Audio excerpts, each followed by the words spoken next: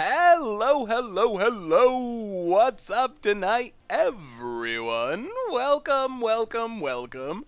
How's it going, everybody? Autumn Shank, Blue Buster Blutz, Kenyan Shockley La Plato, Holy Pervness, Sammy, Max Killa, Rolsies, Iphon, Swole Badger. What's going on tonight, everyone? We got a new subscriber, Tivin WF. Welcome to the Fishbowl. Thank you for your subscription. Big scoops here for our new subscriber. Hey, what's up, Stu? Oh, did you come here to argue about promos, Stu? What's up, Mystic Leviathan, Shogu? Bob Punchels, Weber, Ninth Settler, Spam Dude, 3 months in a row says woot woot. Welcome back to the Fishbowl. Thank you for your subscription. Big scoops here for our new subscriber. Well, welcome, Mad D Mogi, for the first stream. Oga Tsunami, welcome to the Fishbowl. Thank you for your subscription. And Rolsey, 9 months in a row, wants the 5-0 for 9 months. Well, I'll see what I can do, Rolsey. Welcome you back to the Fishbowl as well. Big scoops here for our new subscribers. So what's going on tonight, everyone? It's been an interesting few days in the Magic world. People are debating F&M promos, talking about Magic Online deck lists, playing Hour of Devastation. Standard is looking super sweet.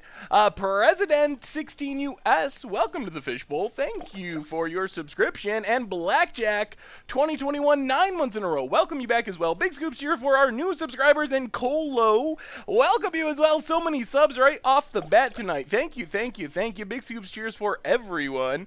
Currently playing with the Solemnity list, and my opponent made me go through Infinite Life. I'm keeping them at 1 life and waiting for the last second to draw sec as we speak.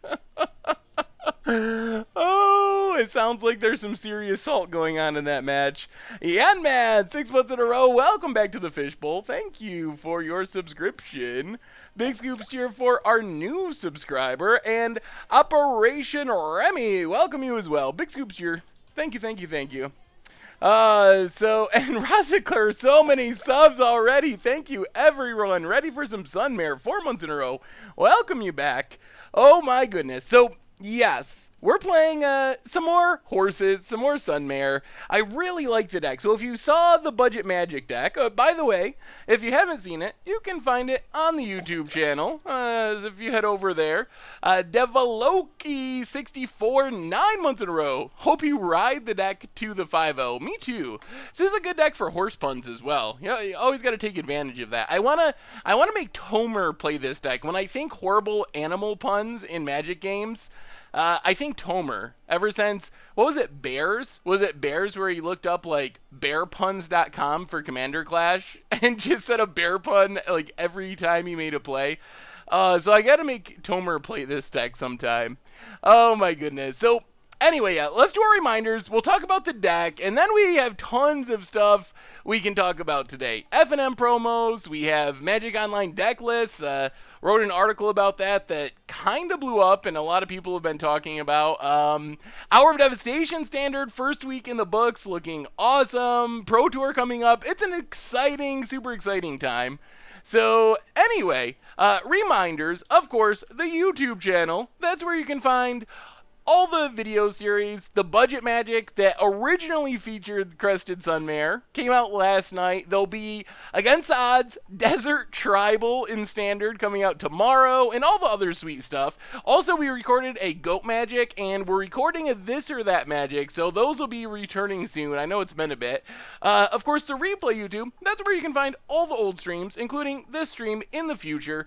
The merch page is how you can support the stream and the channel and the site by picking up some t-shirts or tokens or playmats, and we got donations open down below, so if you want to donate directly to me, that's your way of doing it. $2 or more and you get your message read on stream, so obviously not required. I'm just super happy for everyone hanging out and for subscriptions and everything, but it is an option if you're interested. So we're playing some more Sunmare, so if you haven't seen the Budget Magic, check it out on the YouTube channel, because this deck is very similar. Actually, if you look at the main deck, it's kind of weird to call this Black-White Sunmare, because we're still basically the same deck. If you look at this deck, the big change to the deck is we have some Gideons, and we have slightly less Always Watchings to make room for Gideon. The reason that Gideon, I think, is important, even though Always Watching is awesome with the nut draw with Glorybound Initiate, one of our concerns with this deck is Hour of Devastation wiping out our horses. So Gideon, I expect that we will just emblem Gideon a lot with this deck to make sure our horses are 6/6s. If we can get our horses to 6/6s, it's going to be really, really hard for most decks to deal with them, even with our sweepers. So it really changes how a lot of matchups play out. And that's kind of the idea of this deck. I've heard some feedback from people that have been playing it. I think the deck's really solid, but people have been saying that control is sometimes a struggle. So ideally, the black-white build, and the black is for these sideboard cards, but ideally the black-white build will help against control. We get 6 discard spells with probably the most interesting being Collective Brutality, because it can technically gain us life if we want it to trigger our horse. We get a little bit more removal in Fatal Pushes. Also trying out these Gideon's interventions as a way to name like Hour of Devastation. I believe we did have them in the budget build, then I took them out and now I put them back in. So we're back to the Gideon's interventions. But the basic idea of the deck is to trigger Crested Sunmare as often as possible, but to do that without going janky and playing bad cards. Instead, we're just playing really good lifelink threats. Glorybound Initiate, Area, Ethersphere Harvester, Aerial Responder, Gisela the Broken Blade. We have a new donation. I hope you're... Oh, no. I missed it. Hang on. Now I gotta look it up. I wasn't quick enough. I was enthralled talking about horse.deck. So let me find this donation. From Fire Hades 99 says, I hope your voice doesn't get hoarse from this stream. Well, thank you, Fire Hades. I hope it does not get hoarse as well. We're gonna saddle up for some victories. So the idea is that we just trigger Crested Sunmare by playing good lifelinking threats.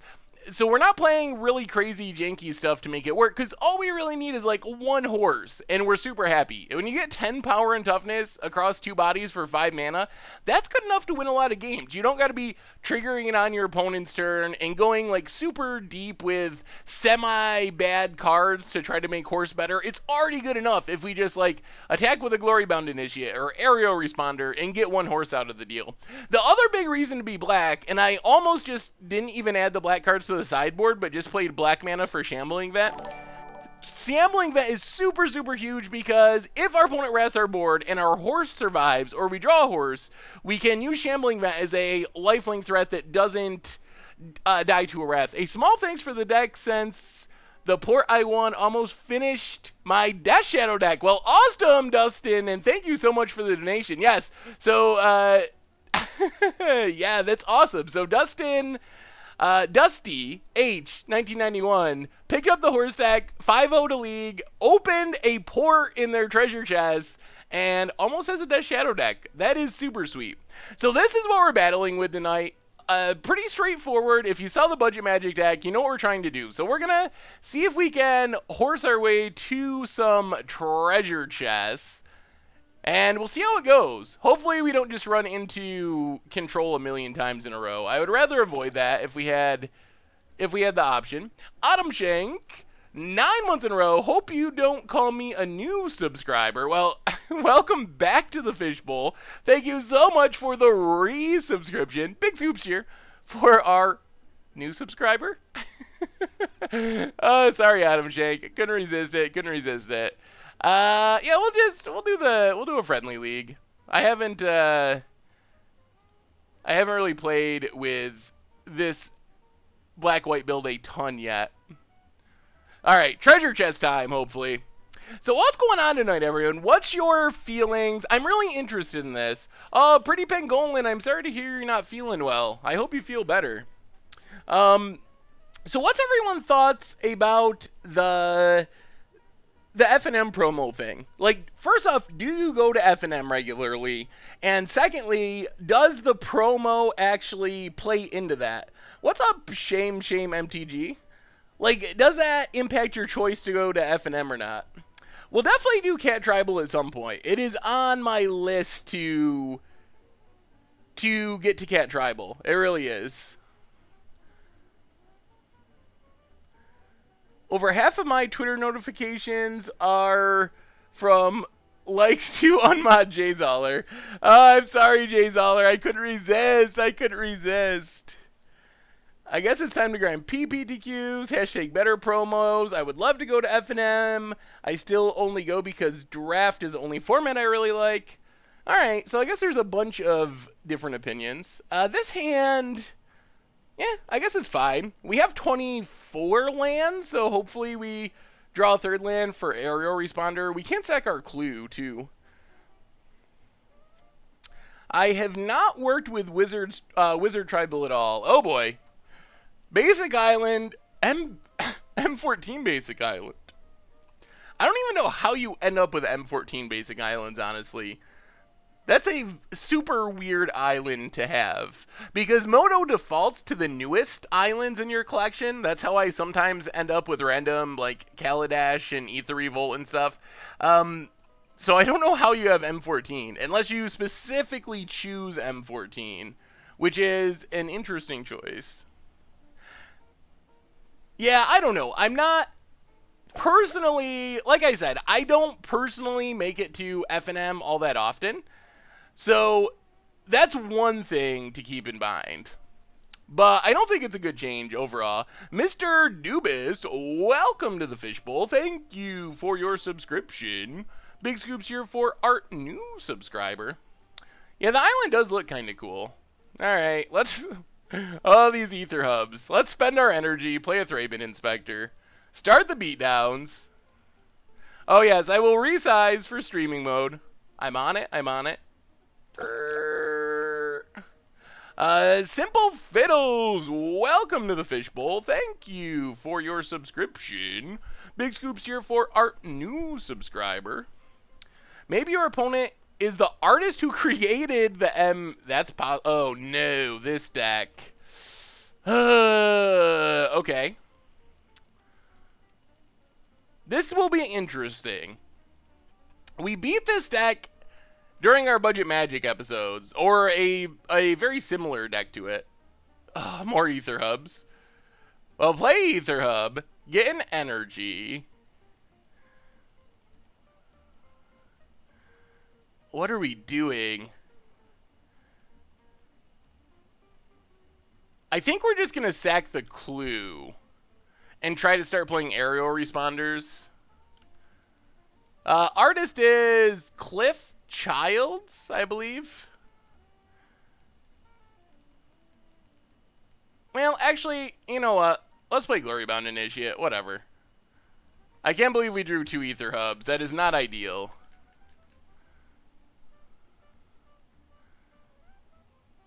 I re-downloaded the Twitch app for this. Well, awesome, Mega Blaster. Thank you. Oh, dear. There's the monument. So we got to get in the air and do it pretty quickly. We can out-horse this deck, but turn 3 a Ketra Monument and possible future Westville Abbey. Not what we want to be seeing. More Shambling Vents. Well, I think we got to exert our Glorybound Initiate, get in some damage, because our opponent's going to start going super wide, super fast. We don't have sweepers in the main deck, but we do have our horses. Yeah, the mono white Ether Hub Mana Screw is certainly happening. Play Shambling Vent. Pass the turn. We can start playing real things next turn, and we're getting close to the horse. And of course. I think this deck's mana base looks bad, even with the Black Splash. Ether Hub should be 1 more Plains, or 1 Swamp, 3 Evolving Wilds. Oh dear. That's a Bygone Bishop. Only good news is our opponent's a little stuck on white mana, but that's still pretty bad. Opponent. Passing. They could have a counter here. So let's sack our clue. Draw Always Watching. And Concealed Courtyard. Alright, well, 1, 2, 3... Play Aethersphere Harvester. See if our opponent has Metallic Rebuke. They do not. Okay, that also gets us energy, which is sweet. And then we'll play Shambling Vent, pass the turn. And if we draw an untapped land, it's horse time next turn. We'll have to see. You should try out this deck I took to a PPTQ. So much fun, did really good. 10th out of 68 is good. Oh, sweet, Fraying Sanity for Modern. I like it. The Brain Control deck looks super spicy as well. Although, I don't know if it works. I guess Failure to Comply still works. It's not that expensive for... Oh, boy. Double Bygone Bishop. That's not what we were hoping for. Well, this is going to get super crazy. We got to get our horse down. That's what we need. Opponent gets a clue. We have a new subscriber somewhere. I don't see the new subscriber. I heard the splash. Oh, there it is. Cody, keep up the good work. Are you going to write the Magic calendar for the rest of the year like I did till June? I need to. I just haven't got to it yet, but it is on my to-do list. Opponent's getting in. Well, we're going to take the bait. I'm not sure how this goes wrong, but what could they possibly have? Okay, I mean, sure. Maybe our opponent's punting and didn't realize we could do this. I don't know how colorless and blue is going to ruin this for us. So we will block your Bygone Bishop, happily. Punt? Is it just a punt? Oh man, that would be a good punt for us. Shame scoop? No shame scoop.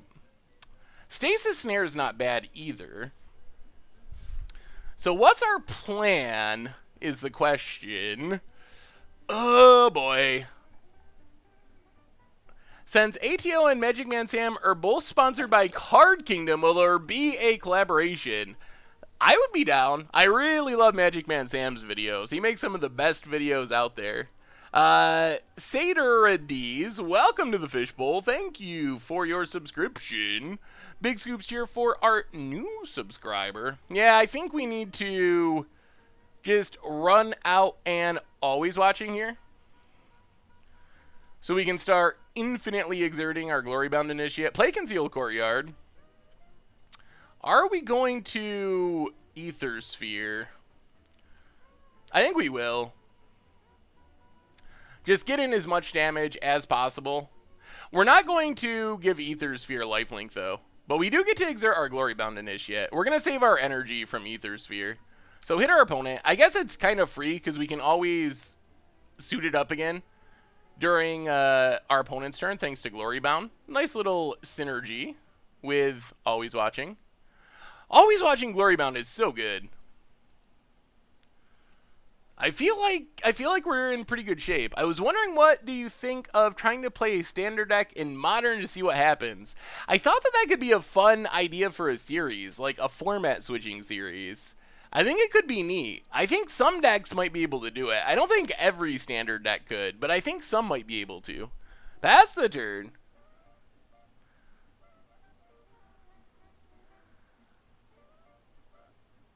Am I interested in going to a loading ready run pre-release? Maybe. It's super far for me, and I'm not a huge traveling fan, but it could be interesting.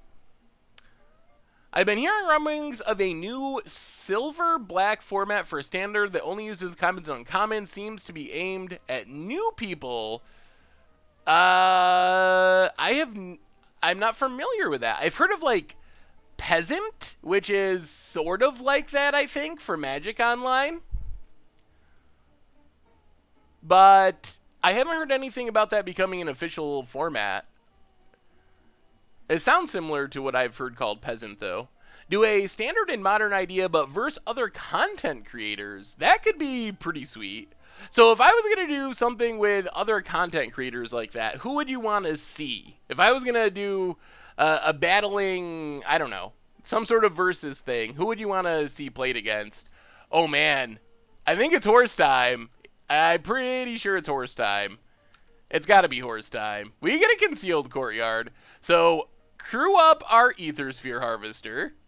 Oh, it's so good. Go attacking with our Ether Sphere Harvester. We can't attack here because of the Cult Leader. See what our opponent does. I hope they don't block and sack. That would ruin our life gain.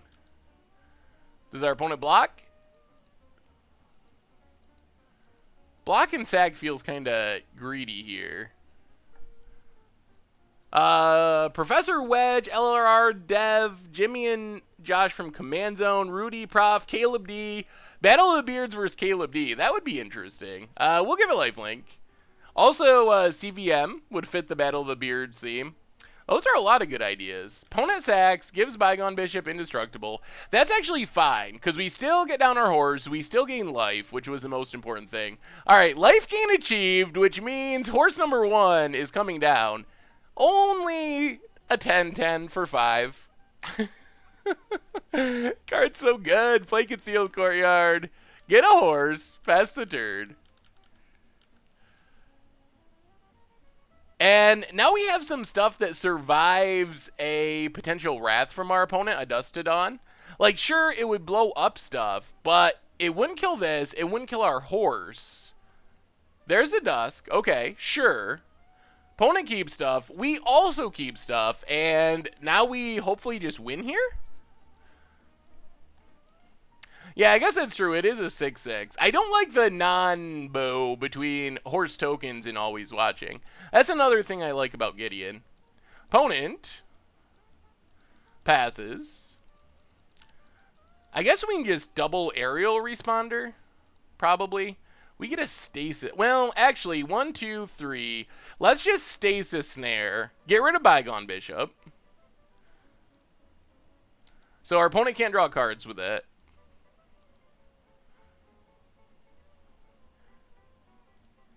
How do they flip Westville Abbey? They need land Thraben Inspector?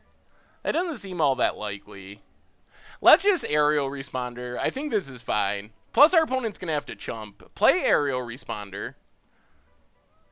I think we got it. Crew up our harvester with our summoning sick aerial responder. Attack with everything. Any tips on building mono red or black red aggro in standard? So there's actually a lot of mono red list out there right now. From the SCG opens and such, and they actually look a lot like 2-tick red. They have some updates and slight changes, but it's actually very similar to the 2-tick red deck that we played. With Earthshaker Kenra probably being the biggest new addition from Hour of Devastation. Is there a reason you don't have face cam? Just never really bothered to do it. Also, I like our layout with the deck list overlay is another reason, so it could happen eventually. But I don't know. Definitely gotten mixed response. Some people would like it, other people would not like it, so I haven't made it a priority to try to do. There will definitely be mill decks coming. Not sure if it'll be standard or if it'll be in modern, but we will certainly be having Fraying Sanity mill decks. Opponent finds a Selfless Spirit. Okay. Oh, if we can we close this out this turn? We have 2 flyers. We're super close to just closing this game out. I don't know about Legacy Mill. What do I think about Rudy from Alpha Investments? I think Rudy is super entertaining. I think he's one of the most entertaining people to watch as far as MTG people on YouTube. I don't always agree with his takes on things, but I find him super entertaining, and I like watching his videos. Yeah, we can just Stasis Snare as well if we need to. See what our opponent does. Cloud Blazer. Alright, I think that's fine. Our opponent goes to 3. We Stasis Snare and win. Westville Abbey, sure. That shouldn't mess up our plans. Alright, I think this does it. You can see the power of the Horse White. 33-3. It is a blowout. Have I thought about collabing with smaller YouTubers? I haven't really done many collaborations, period, with anyone at this point. So, I mean, if I do collaborations, I would be open to collaborating with smaller YouTubers. Will Ixalan shake up standard? I mean, sort of yes by default, because we're going to have a rotation. So I think that's a likely thing to happen because of rotation, regardless of what we actually get in Ixalan. But I'm hopeful that Ixalan's going to be super sweet and shake up standard anyway. So, in theory, Stasis Snare should do it. We just Stasis Snare... Doesn't even matter. A flyer, attack and win. And, alright, sweet. Well, we got there in game 1 against Blue-White Monument, which is where we want to be, because now we get to sideboard. The 10-0 dream is alive. It would be cool to do some collaborative brewing. What is the commander for this week? So, I played... well, actually, I'm playing one of the new commanders, or I'm playing Razaketh, actually. We're doing the Legends from Hour of Devastation, and I have Razaketh. So, I think it'll be sweet. I'm not exactly sure. I haven't actually built the deck yet. We're recording it tomorrow, so I still have to build my Razaketh deck. Could do like Demon Tribal. Could do something janky and combo-y. I don't know. I don't know what direction to go with Razaketh. I don't remember who picked what. I know I have... It might... I want to say Tomer, but I'm probably wrong. Pirate Tribal. We played Pirate Tribal on This or That Magic, and then I'm sure once Ixalan is out, then we'll definitely have Pirate Tribal everywhere. So I think we want Fumigates in this matchup. Otherwise, what do we want to go down is the other question.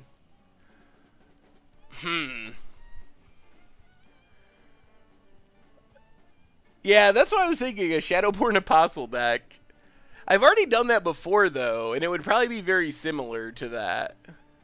Yeah, you could definitely do mono black ramp with, like, Torment of Hailfire and Exsanguinates and Urborgs and doubling cubes, mana doubling effects. That would also be pretty sweet with Razaketh. Because you could tutor out, you could sack stuff and tutor out, like, your Torment of Hailfire and stuff. So what are we going down? We're better than white-blue because we get Crested Sunmare. And apparently no one else has figured out that Crested Sunmare is awesome. We're the only ones that think Crested Sunmare is sweet. What are we cutting? I guess we can go down one well, this is actually a pretty good Gisela matchup. Maybe we go down one Gideon and one something. What's our other cut?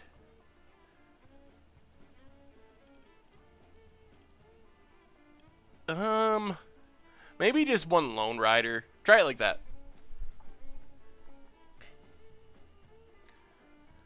Yeah, I kind of like the Exile removal because our opponent can't get stuff up back with Dust Dawn. Ooh, boy. All right. Double Glorybound Initiate draw. I'm down with that. We got our Ether Hub, our friendly neighborhood Ether Hub. Has Tomer ever edited anything out of Commander Clash? I don't think so. I think he always just says he's going to edit stuff out, but I don't think he ever does. Ooh, that's even better. This hand's looking super good. Thraben Inspector, go. We're like an always watching away from just having the nuts. There's our M14 Islands. Port down for our opponent. Have you thought about playing Blue Moon without Platinum Empyrean? I like Blue Moon too. I would be down. I don't know if you've ever actually played normal Blue Moon, but I would be down with playing it. Play the Plains, play our Glorybound Initiate. Cross our fingers that we draw Always Watching, even though we only have a couple of them in our deck now.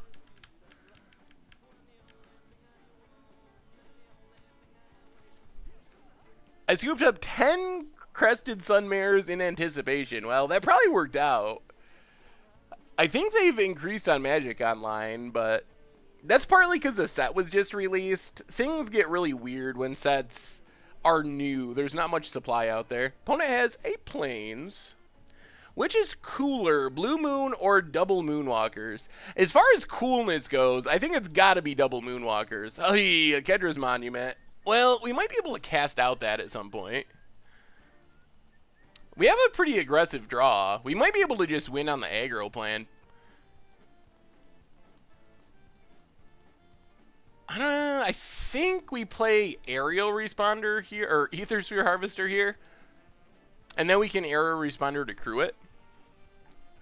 Heading to GP Toronto this weekend. Any tips for Sealed? Oh boy. I have not played many Sealed matches of this format. But it seems like a really fun limited format. I've liked it, but I don't have any super specific advice. Spainman, welcome to the Fishbowl. Thank you for your subscription.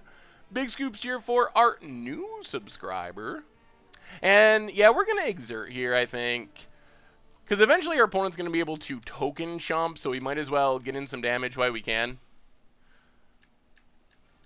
So I just read your piece on data insanity. I think it's interesting, but I feel the thing that is going to happen is people will post their deck's results to another source, much like Heart Pawn. Do not really see much of an issue there. I think, yes. Although it's worth noting that Hearthstone allows you to scrape data and collect data, so posting is probably part of it.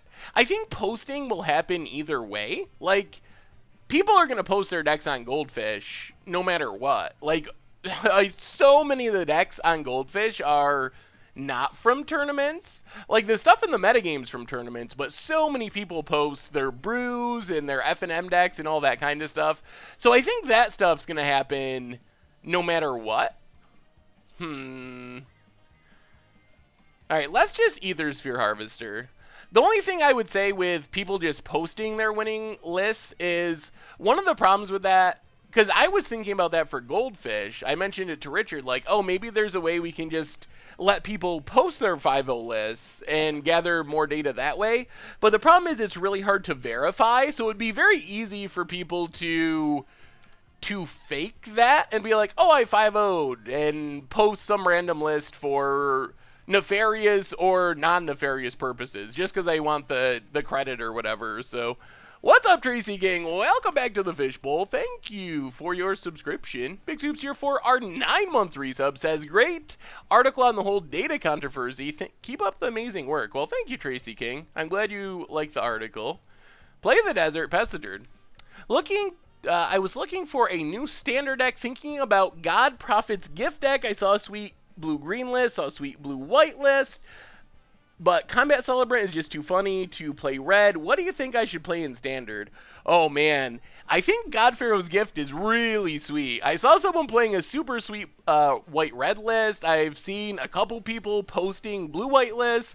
So I think there's a lot of different possibilities. I think the card is more powerful than it was initially given credit for. I think it's easy to not to underrate it just because it's so expensive. It's easy to be like, oh, it's just a casual card, but it's really powerful. It does kind of get wrecked by a braid, but Clever Bot Cards, welcome to the Fishbowl. Thank you for your subscription. Big Scoops here for our new subscriber. I think you could build a token horse deck to take advantage of Anointer Priest and stuff. Is Goldfish going to continue to use the league data in the metagame? Seems like it's really skewed to rely on. Trying to figure out exactly how the data situation is going to work. So it's still kind of up in the air a bit. So kind of just feeling things out and seeing how things go. What do we do now? We can Gideon token... Crew attack... Maybe we just aerial responder. I think this sets us up for lethal quickest. If we aerial responder. And then double crew, hit for 6 in the air. Ignore Gideon. It's always risky to ignore Gideon, but this seems like our easiest way just to kill our opponent next turn. So send everything at our opponent. Put them down to 7.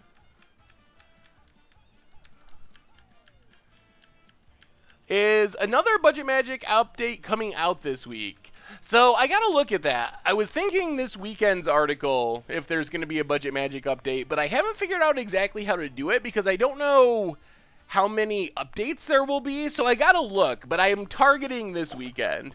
What do you think of Bat Monument, or do you think Bat Monument is playable with creatures with a lot of keywords and play Majestic Mariarch as a finisher? Ooh. It's really interesting. Sticky Pluto, welcome to the Fishbowl. Thank you for your subscription. Big Scoops here for our new subscriber. So it's, I don't know. Monument's a weird card. I gotta play more games with it in decks that aren't all white creatures and see what the actual power level is for in decks like that. Like, is it good enough if you're not reducing the cost on all of your stuff? And I just don't know. I gotta play with it more. It very well might be, but I think we gotta play with it. I think Solemnity has potential to be pretty good in Modern. I was very impressed with the deck, and I haven't had time to play it super recently, but I'm still excited to keep playing with the deck. We get a Thraben Inspector. So what's our opponent's plan here to... They gotta have, like, Stasis Snare, I assume? Or Spell Queller would keep them alive. This is gonna flip. Opponent's got 2 cards. Yeah, Spell Queller seems most likely. The problem is we can't play a creature to crew and... Well, I guess that's fine. We can't play Thraben Inspector and Cast Out. But we can play Thraben Inspector, see what our opponent does. Counter Cleric, welcome to the Fishbowl. Thank you for your subscription. Big scoops cheer for our new subscriber. And this lets us double crew. I kind of think our opponent has Stasis Snare, actually. Which, whatever, that's fine. So double crew Ether Spheres, attack with our flyers. Even if our opponent kills one, it's not like we're dead. What control-ish budget magic can be upgraded for competitive play in Modern? I've had a really hard time.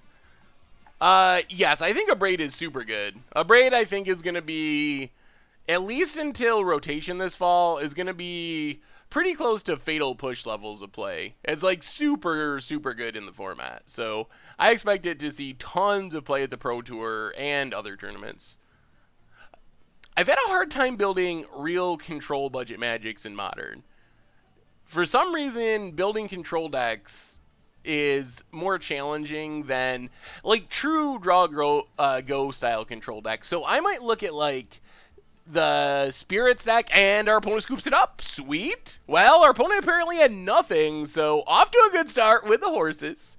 So yeah, I would look at like the Spirits deck we played, maybe the Fairies deck, something like that that's controlling and tempo-y, and both of those decks can definitely be upgraded to more tier decks. I mean, Fairies and Spirits are not tier 1, but they are real decks, so you can upgrade them that way.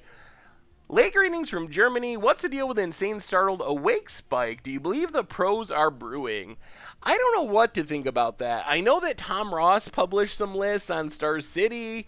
I don't know. I'm not sure. I've seen Todd Stevens playing with it on stream, but I haven't seen any actual lists anywhere published, so I don't know how people would be buying it out. So it's weird to me to try to figure out that spike. I'm just not 100% sure. It could be related to pros. John 9078, welcome to the Fishbowl. Thank you for your subscription. Big scoops here for our new subscriber. Oh, we'll definitely play some Nicole Bolas at some point, Mirkin. Nicole Bolas seems too good. I think it might be considered oppressive like Emrakul when people finally play with it.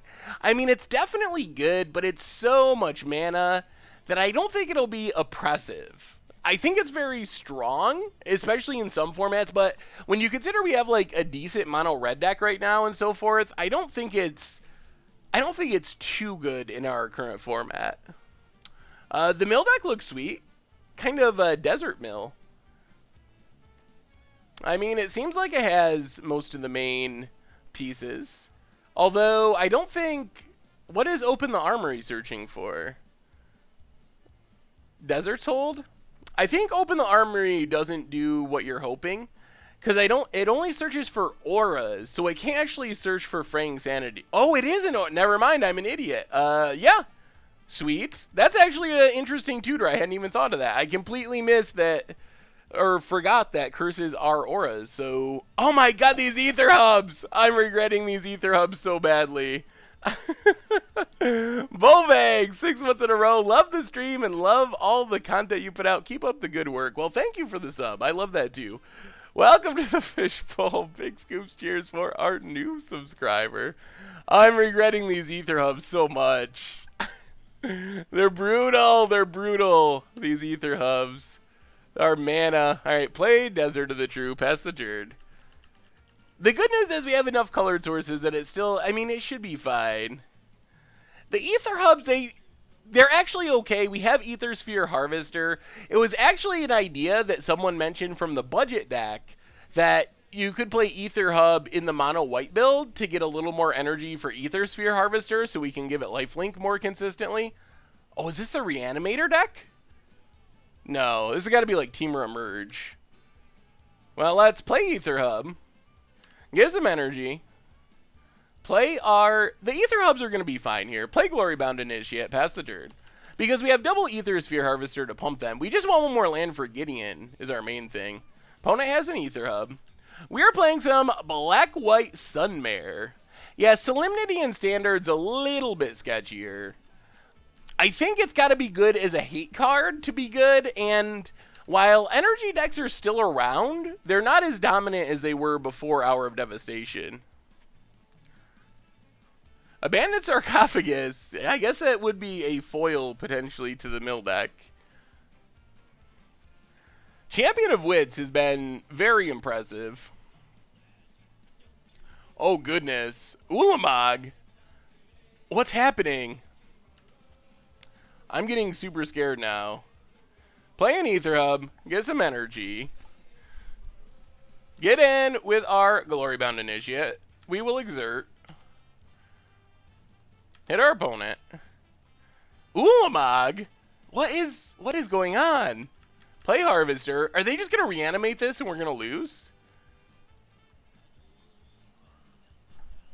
You don't play Ulamog in Temur Emerge, I don't think. Wandering Fumarole. Opponent gets in with Champion of Wits. Yup. Land? Thraben Inspector. Well, play Thraben Inspector. Get a clue. Crew up our Ether Sphere Harvester.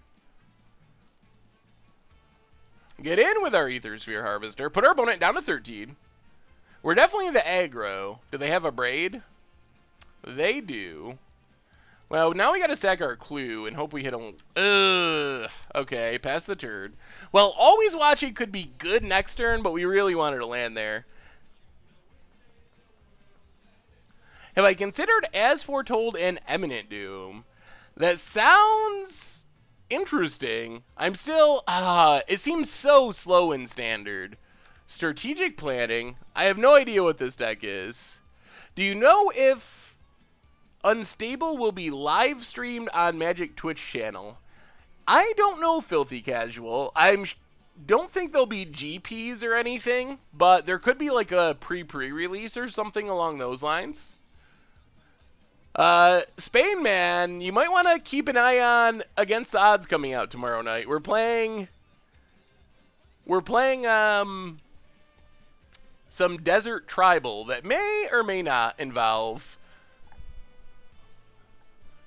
Oh goodness. God Pharaoh's Gift discarded. Tormenting Voice. Well, come on, land. We just need land to go aggro. Opponent. Can this deck reanimate? Is this what's happening? Sunmare. Well, 1, 2, 3. I think we just gotta Always Watching here. And just keep beating down. We did miss our land drops, but we get to get in for a big attack. Because we get to exert, so we're gaining a bunch of life.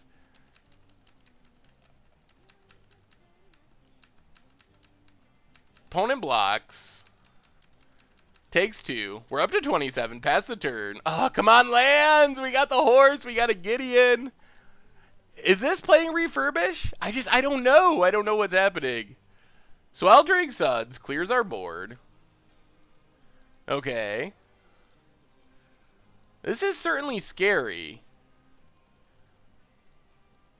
Unfortunately, both of our creatures die to Sweltering Suds. Any advice? Let me see. Sir Pan. John, -1/-1 counters. That looks pretty good. I think if I was going to try to make... deck. I think if I was going to make a counters deck, it would look something like that. Play Ether Sphere. Pass the turn. Oh, these land drop misses are killing us. Intruder Alarm combo for Modern Against the Odds. That could be a good one. Opponent, Cathartic Reunion.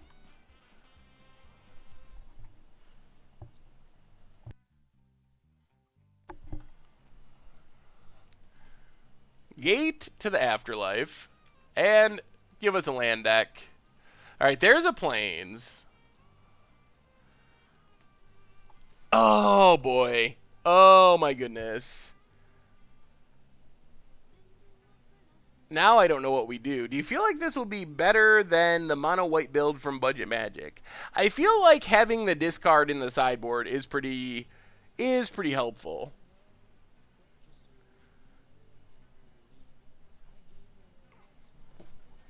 Uh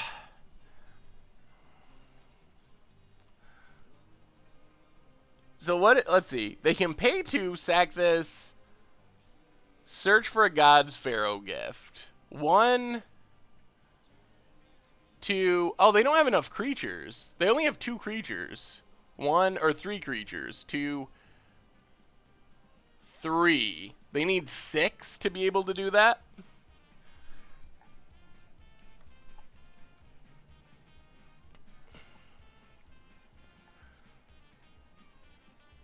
This is a tough choice. I don't think that horse will be banned. I think it's strong, but I don't think it'll be banned. So we can Gideon, Crew, and that's our best way to kill our opponent. It's risky. Our opponent doesn't have the creatures to be able to tutor right now.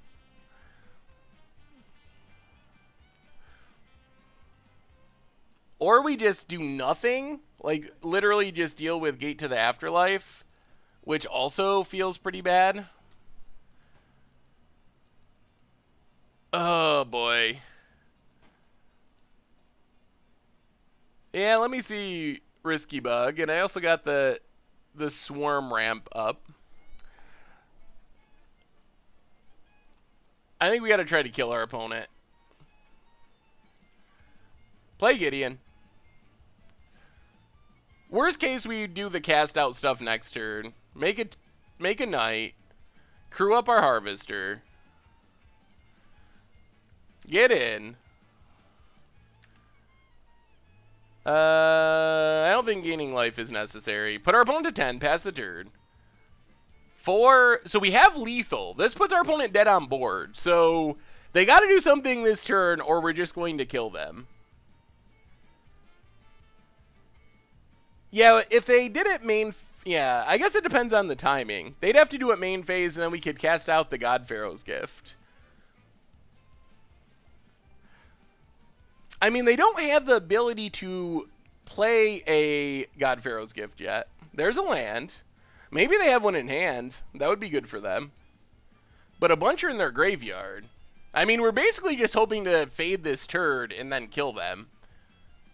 Unfortunately, we don't have Graveyard Hate. I've started putting Crook of Condemnation in my standard sideboards. I'm wondering if maybe I should have it in the sideboard of this one. Like, it seems like a nice hedge to have some Graveyard Hate now that people are messing around with these decks. It's also good against the Monument deck to fizzle the Dust Dawn. Hour of Eternity doesn't give haste, though. Although it would still be bad. Hour of Eternity would get back Linvala would be the worst of it because they'd gain life.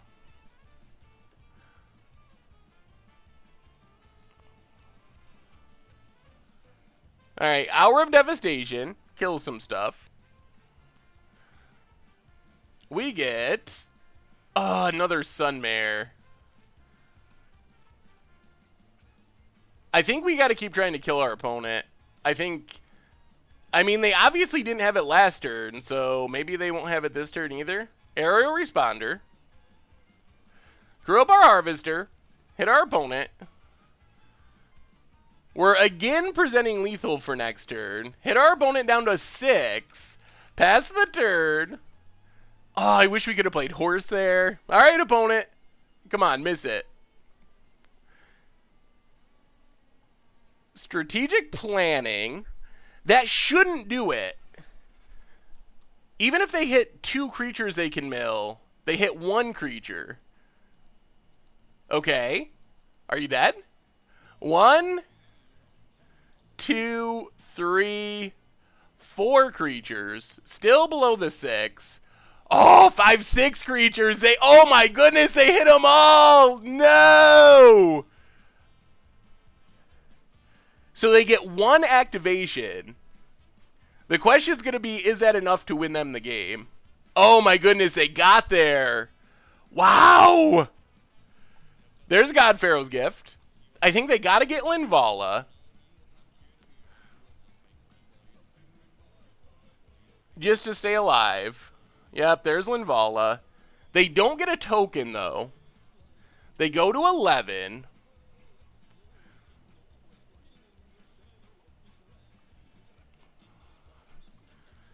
We draw a Harvester. So we cast out, get rid of God Pharaoh's Gift.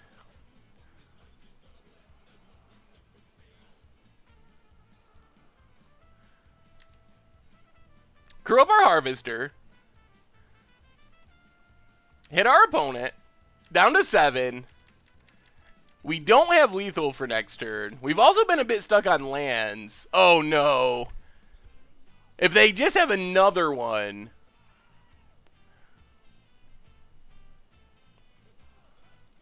2 mana. Cathartic Reunion.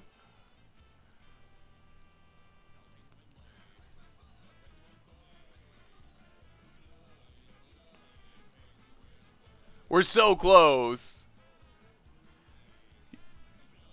Podit. Cathartic Reunion. Oh my goodness. So the Restore Balance deck looks... Uh-oh. Tormenting Voice. Alright, they didn't find it. Oh, we can't win this turn, though. We need Thraben Inspector off the top to win this turn. Plains. Well, play the Plains. I guess we're just horsing. I mean, I think that's what we got to do. I think that's our best bet. Oh, we're so close.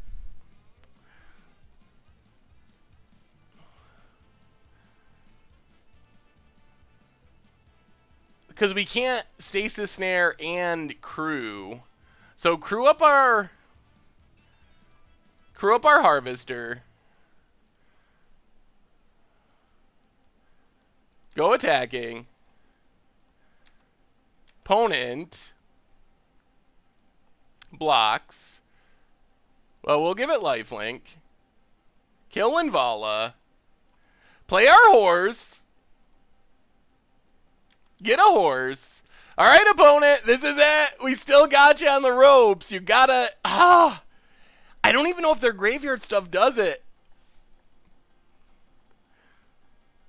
I don't think it does. Like, even if they get back... What wins them the game here? Ishkana?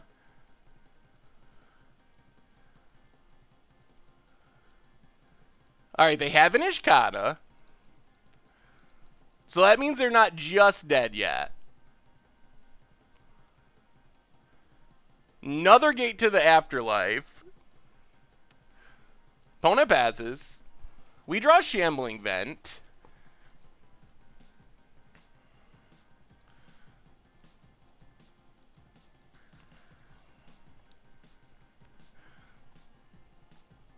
Opponent's got 1 card in hand.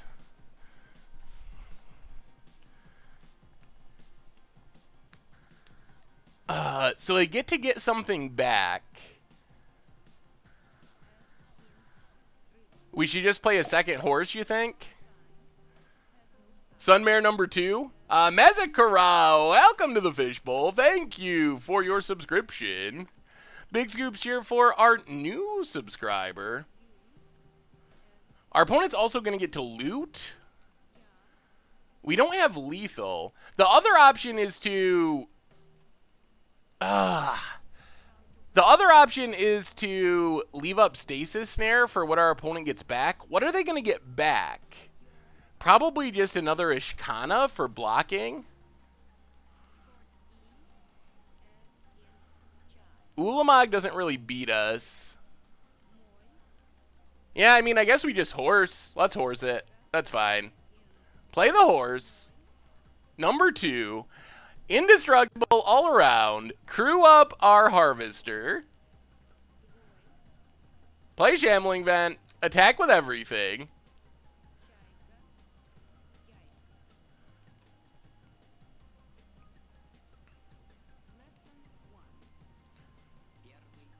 Yeah, attack with everything. Can't stasis the artifact, unfortunately. Only gets creatures. Opponent blocks and blocks and blocks and blocks. No reason to give Ether Sphere lifelink. We gain life. The horses keep coming. The whole herd is here. Oh! We actually have good protection from our opponent casting an Hour of Devastation. All right, they sack. Get back.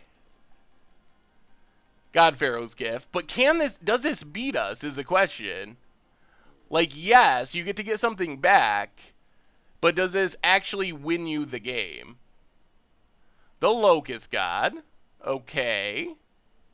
Sure. How does this... Can they draw a ton of cards? What does this do? Or do they just want to say they got a zombie Locust God?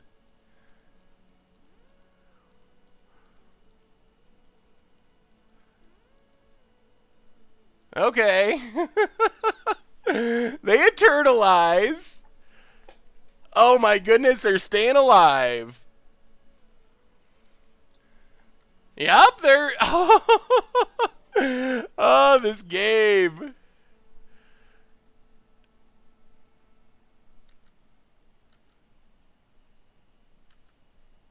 So our opponent gets some insects and passes.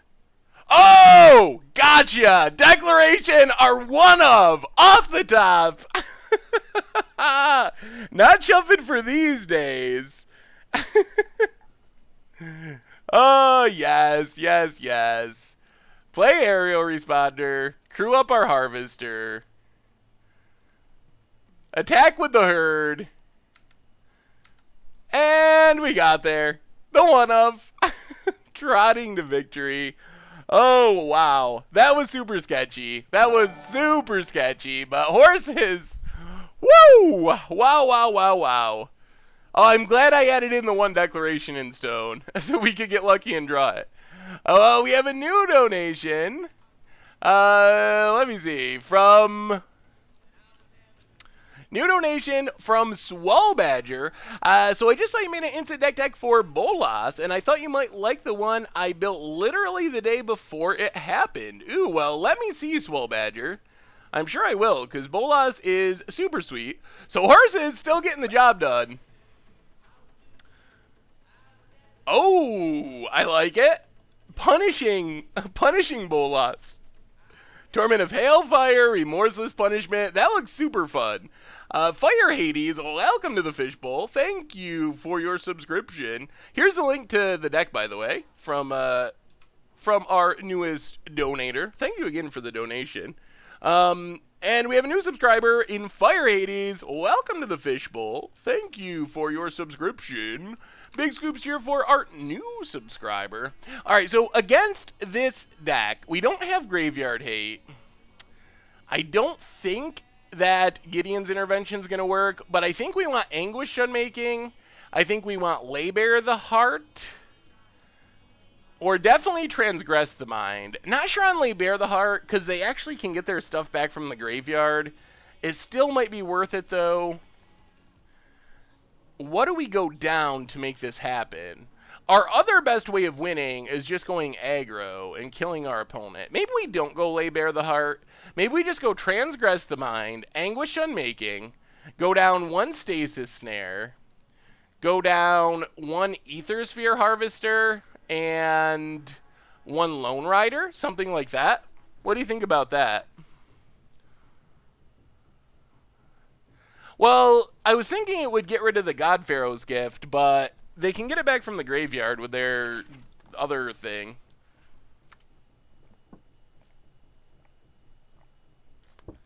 Oh, well, Soy, thank you so much. Definitely appreciate the kind words, and I hope to be making content for a long time and doing more new content, too. J Mobman, welcome to the Fishbowl. Thank you for your subscription. Big scoops here for our new subscriber. 4-drop dot hand. Well, we have...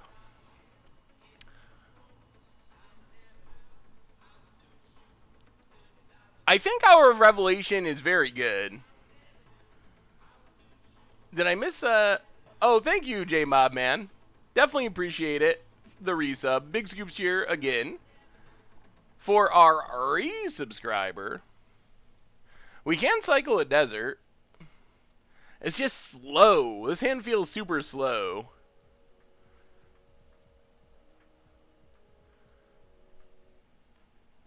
Yeah, I guess we try it. I mean, Cast Out's very good. And Gideon, yeah, Gideon is a super fast clock. Oh, yes! Gearhulk Reanimator. I like it, Drake and V. I saw someone playing something similar. Ooh, that was a good draw. I like the Thraben Inspector. Not only does it give us a threat, but it gives us something to do on turn 2 in cracking our clue.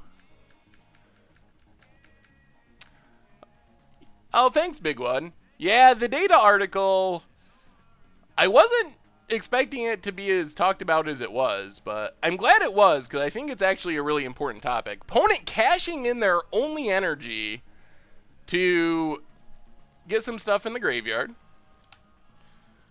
We draw Aerial Responder. Well, get in with Thraben Inspector. Hit our opponent.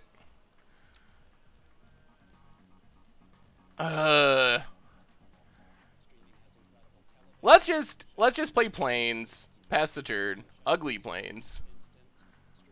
Oh, thank you, McFadden. I'm glad you enjoy it. Opponent has a tap land. So we get to crack our clue. Another Thraben Inspector. Another desert. Well, get in with Thraben Inspector. Hit our opponent.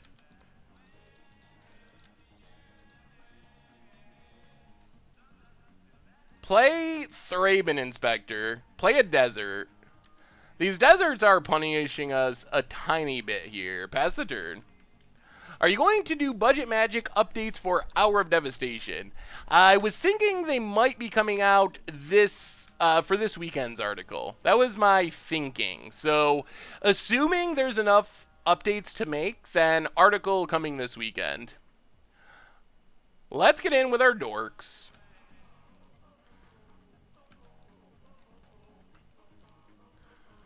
Hour of Devastation is a thing.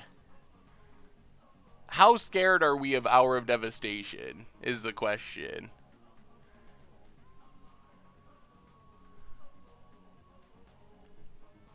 I don't even know if this deck plays Refurbish, honestly. Do you think this deck has Refurbish?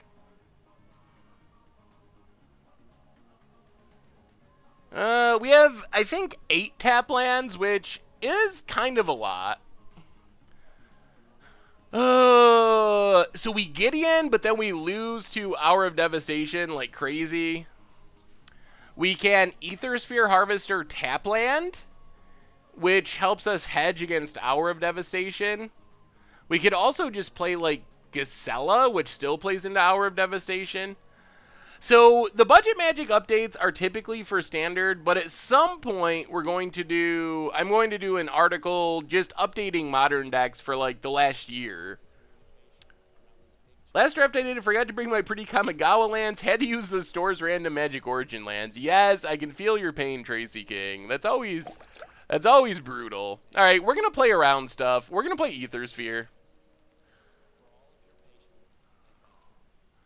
Get some energy. Play Desert of the True. Opponent kills it. Yep. Well, so much for the playing around stuff. That didn't work. Lay Chromancer, welcome to the Fishbowl. Thank you for your subscription. Big scoops here for our new subscriber. Yeah, maybe that was just too conservative and we should have just Gideoned. Well, we kind of got the Planeswalker board wipe now with Hour of Devastation, I think. Opponent misses their land drop. The other thing we could do would just be to Gideon and immediately ultimate Gideon. That sounds weird, but it plays around Hour of Devastation to some extent. Our opponent missed their land drop, though.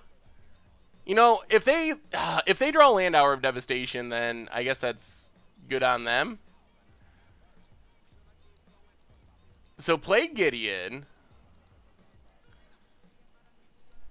Oh, this is so close. I don't play Paper Magic very much at this point.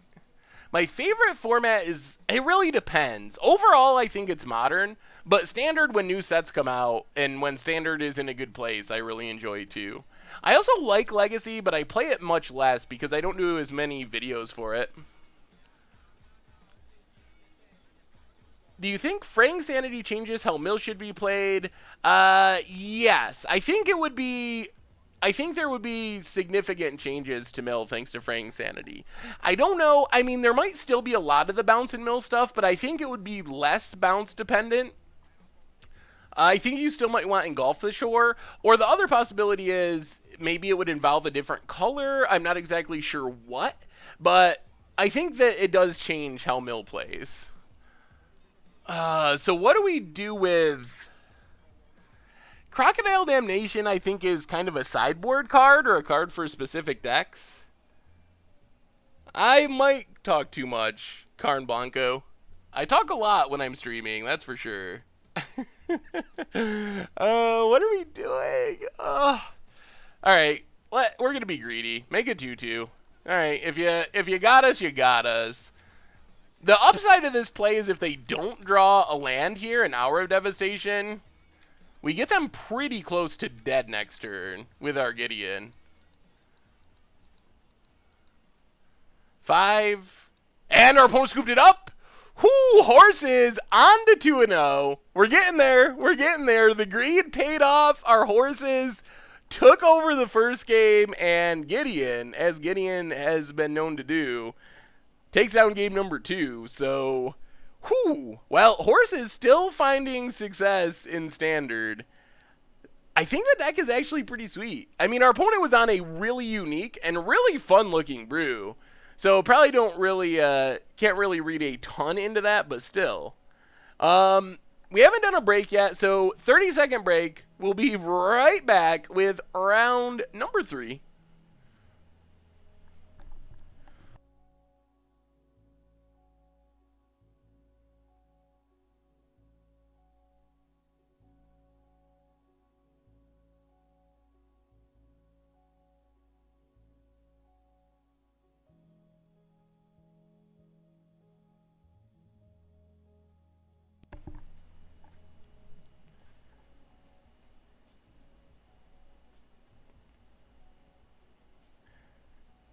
And we're back.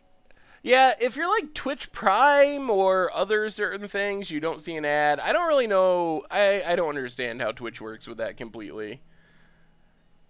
Why not play a competitive league? What's the difference? The difference... So, the friendly leagues are a little bit cheaper to enter, and the payout is flatter, so you get treasure chests for worse performances or play points for worse performances.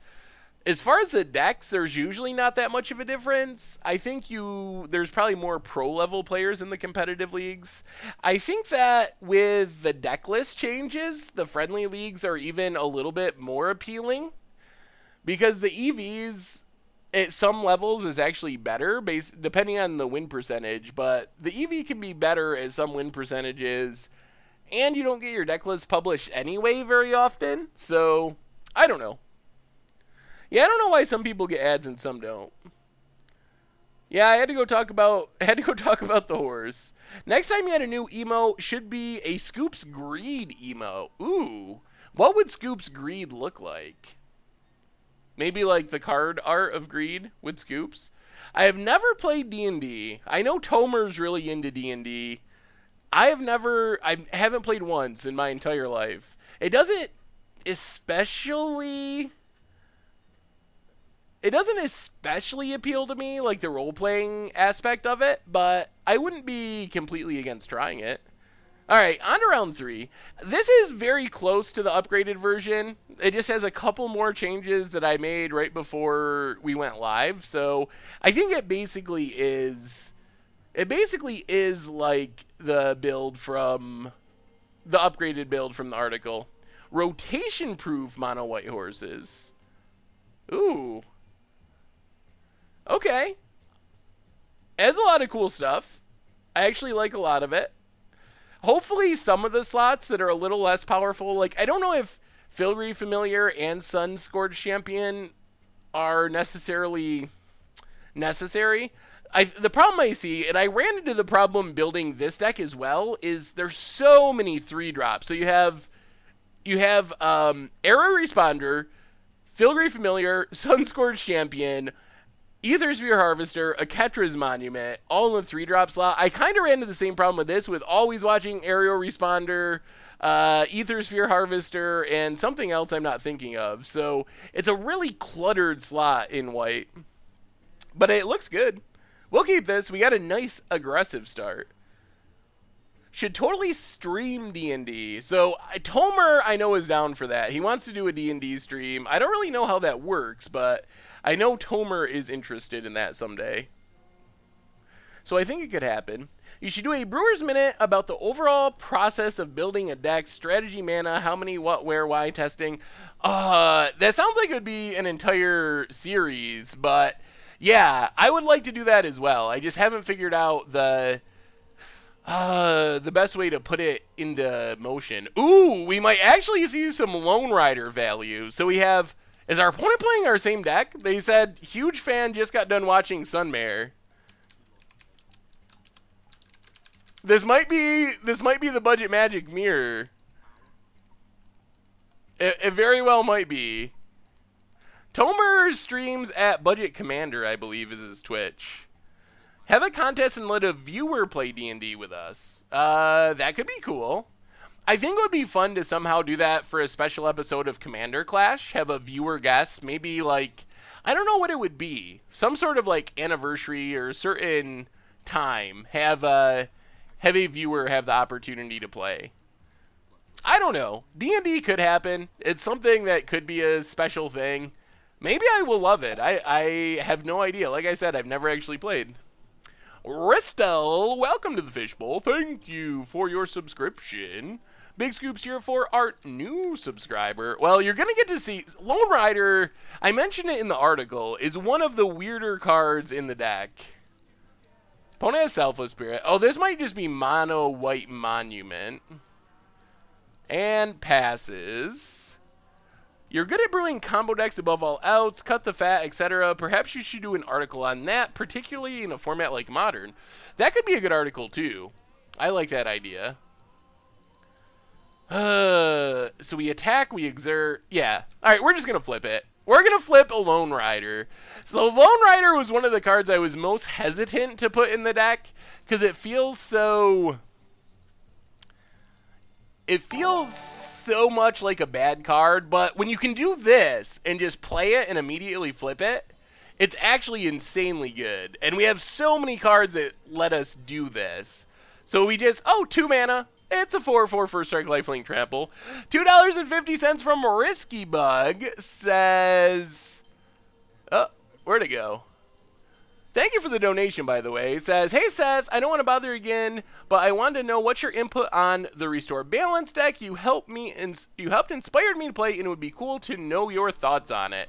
So the Restore Balance deck, I like it. Reminds me of one of the very first Budget Magic decks I ever played, which was a build of Restore Balance. I don't know if it's a budget consideration. With the Idyllic Tutor, I don't know if it's worth it to play Idyllic Tutor over just more As Foretold. I guess you can get Ardent Plea as well, but I think overall it looks solid, and I like it, and it has a lot of cool stuff going on. So this appears to be another Monument deck. We get, oh my god. Well, it's beatdown time. We're beating down. Always watching. Pumps the Dorks. We are gaining so much life. Oh, It That Rides is one. Oh, yes. Yes. Down to 9. Can I send you my Restore Balance list I've been working or tweaking for over a year? Sure. Of course. Restore Balance and Border Post are both often. Did I speak about using Mirage Mirror in this deck? I did not. I don't really know where Mirage Mirror would fit in this deck. it seems really slow. So opponent gets a flip. They're going to start making endless chump blockers, which is annoying. And they got Selfless Spirit, which is also annoying. More Selfless Spirits. Okay. Gets in. I wouldn't mind just getting a removal spell for this cult leader. That would be nice. We get an Ether Hub. Can we even attack? We can't, really. So I think we just play Ether Sphere Harvester. Get some energy. Play Ether Hub. We're good at drawing 2 Ether Hubs every game. Pass the turn. What do you think about Blessed Alliance here? I used to run some sort of lifelink deck with Lone Rider. I think that Blessed Alliance could be a good sideboard fit. Any chance that Magic gets more homogenous because the results aren't published, and there's so few deck lists published? Yeah, I think that's a concern, Rolsey. I think that could be an actual thing that happens. I mean, we're going to block. If our opponent stasis snares, then okay. How many opponents are going to punt into Ether Sphere Harvester? Our opponent's got to just have stasis snare, right? That's got to be what's happening. Alright, there's stasis snare. Yup. Oh, this cult leader is definitely making our lives miserable. Gets another dork. Well, I think we gotta wait on Gideon. Play Aerial Responder. We still can't attack. Pass the turn. We can't attack with Lone Rider because of this 7/7 is just stonewalling us. Sacks a clue. Plays a planes. Aviary Mechanic. Okay. I guess gets to pick up a Thraben Inspector. Or picks up nothing. Another concern here is Westville Abbey could be bad. Opponent passes. Gets another 1/1. There's Stasis Snare. Our opponent can still make stuff indestructible, though.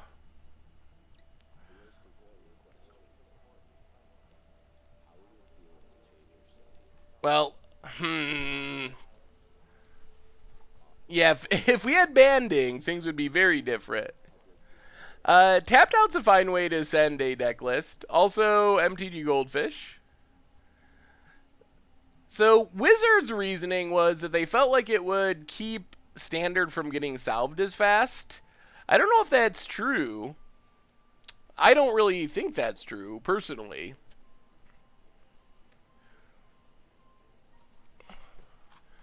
The problem is they can just sack a Selfless Spirit, and then we lose everything. Like, we trade our It That Rides Is one with a Selfless Spirit. And then we also lose our Stasis Snare, which protects us from our opponent flipping a Westville Abbey.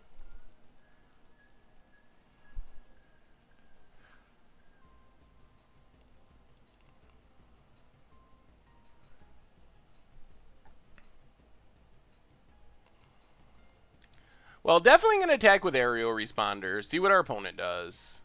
It's a pretty free attack, and they can't take too many hits from Aerial Responder before they just lose.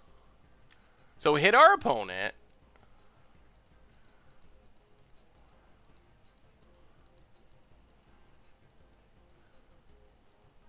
Opponent takes it. Down to 6.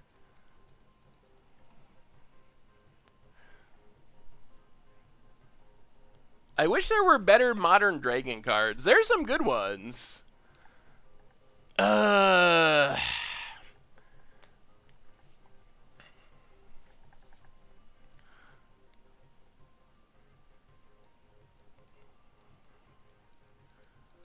other concern is Dust to Dawn. Dust to Dawn would be a huge blowout. Like, massive. Well, I think we're just going to pass the turn and leave up Stasis Snare. And see what happens. Hope our opponent doesn't have Dust to Dawn. Oh, Ketra the True. Okay. That's not too scary. Opponent attacks with Cult Leader. 5. We could block with everything. Is it worth it? Would our opponent sack a Selfless Spirit, or would they just trade? 5, 6, 7, 8, 9, 10.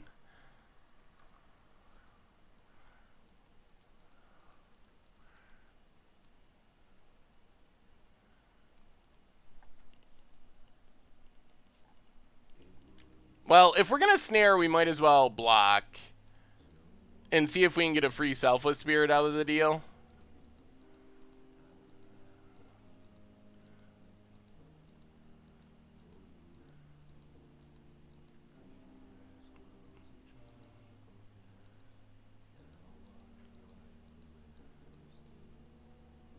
Alright. Well, I guess we Stasis Snare. Get rid of it. So now our plan is basically to win in the air. Yep. So, got rid of that problem. We draw planes. We'll play the planes. Let's sack our clue. Actually, no.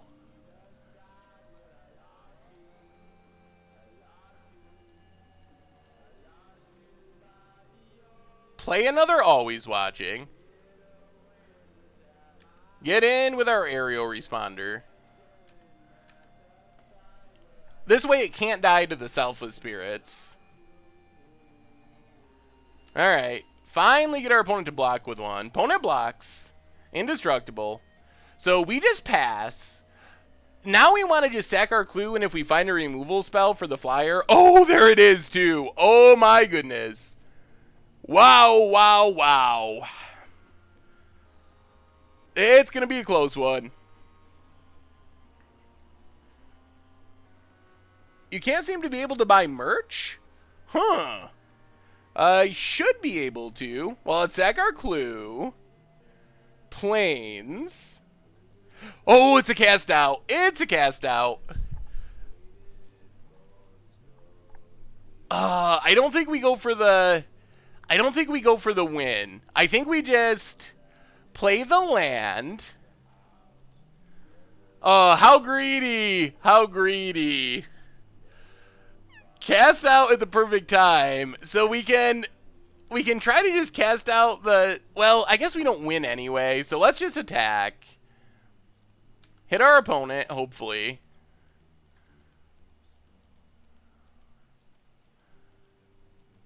Ugh.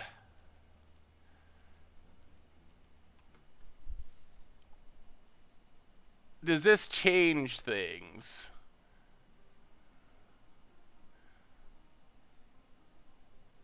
They're going to eat our aerial responder.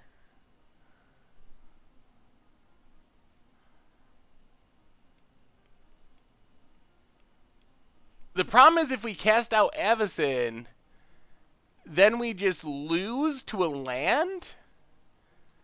Because we have very few removal spells left.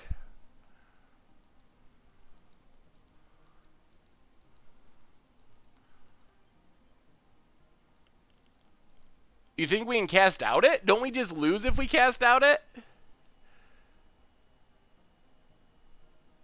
I mean, land, flip, Westville Abbey.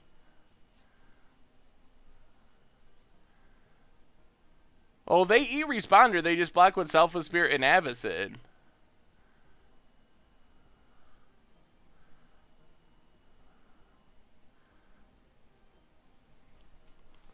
You think we can race Ormondal? Really?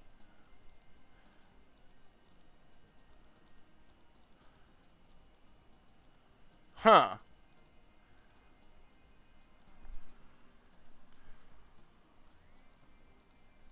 We don't really want to lose our flyer, though. That's our...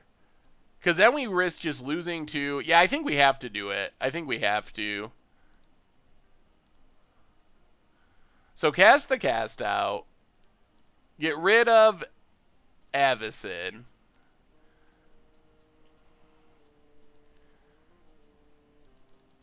Yep. So our opponent can chump. We gain some life. And then if they land in Westville Abbey, we just gotta race it, basically. Pass the turn. Well, we'll see.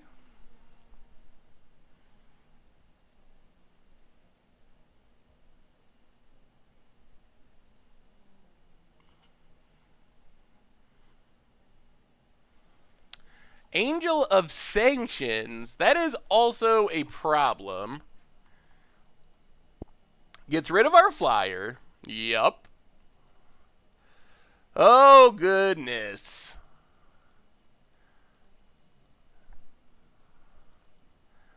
Opponent gets in with Selfless Spirit.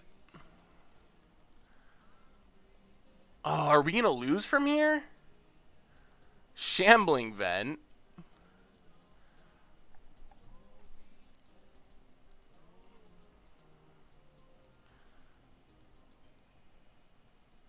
Oh, how do we get in these last points of damage?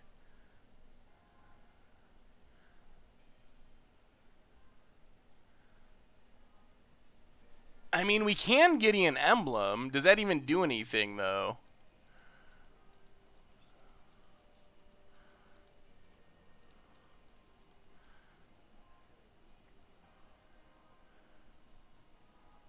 We can't really get through this Oketra either.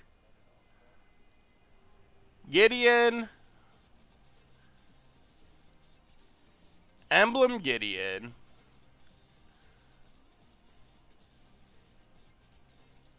Oh, boy. We just... If we attack with everything, we just lose our board. Our opponent still has Selfless Spirit. So we literally... I think we lose every single one of our creatures. If we attack with this, our opponent blocks with Oketra. Well, alright. Yeah, I guess we attack with it that rides as one. That makes sense. Try to force our opponent's hand at something. Oketra gives them free blocking, though. Like, this gains us life, but they can always just block for free with Oketra.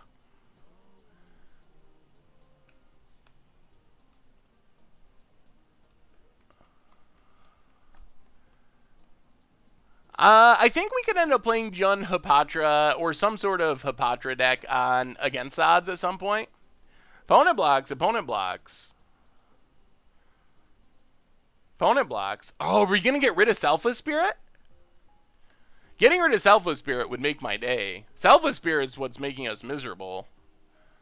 Does this even work? 1, 2, 3, 4, 5. All right.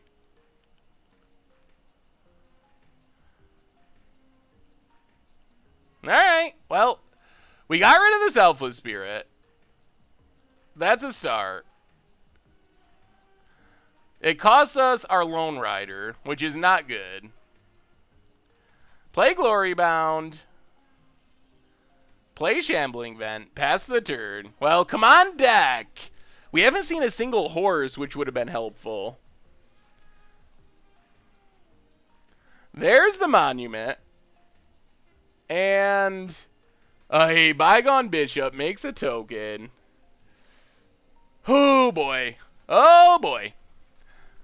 Well, a removal spell is what we really need. If we draw a removal spell, we still have a chance, thanks to these Glory-Bound Initiates.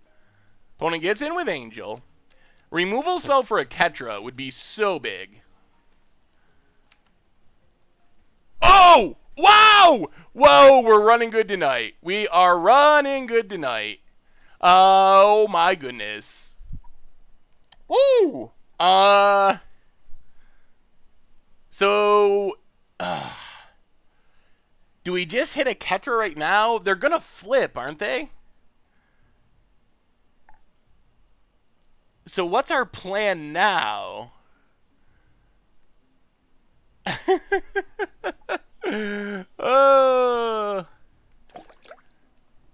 the kids might eat tonight. Nelrum, 3 months in a row, says, always faithful to you, Seth. Well, thank you, Nelrum, and welcome back to the Fishbowl.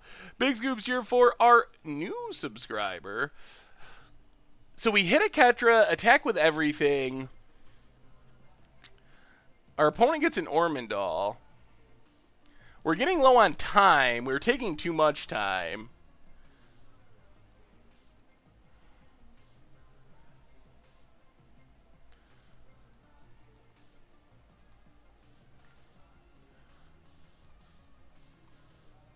These are going to be 7/7s, blocks. Well, let's just exert an attack. Exert, exert. See what happens.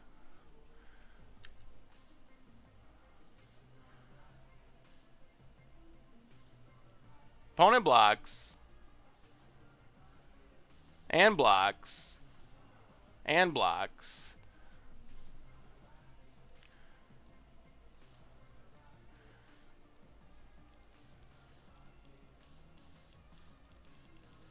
Yeah, I guess we got to do it.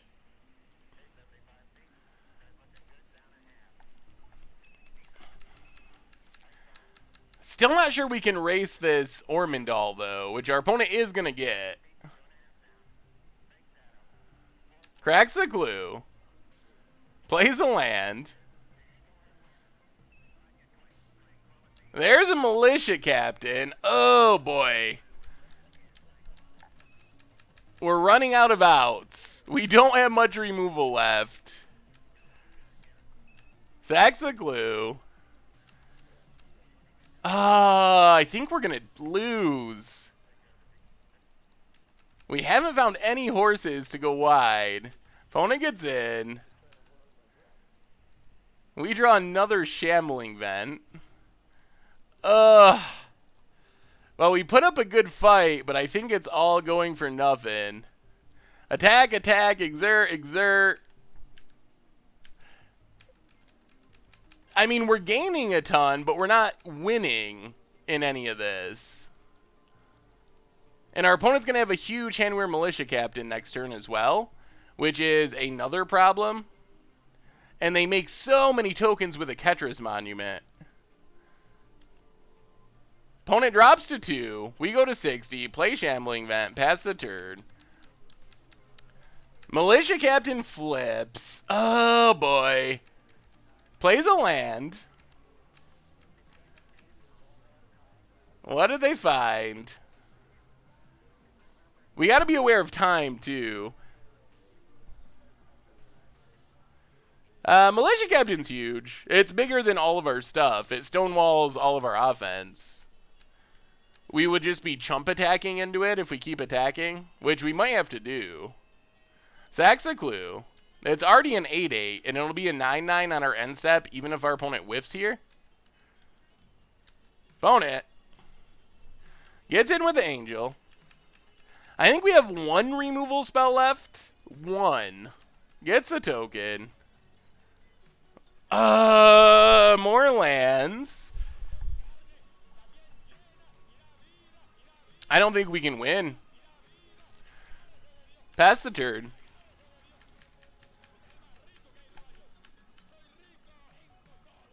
Well, I mean, Aetherflux Reservoir is...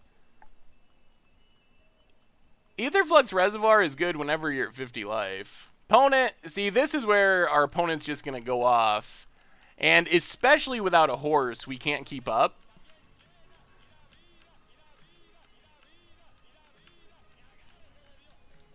Opponent cracks the clue. So now our main goal is not being too far behind in time. So I think that's our main goal for the rest of this game is to play fast enough that we even out the time going into match 2.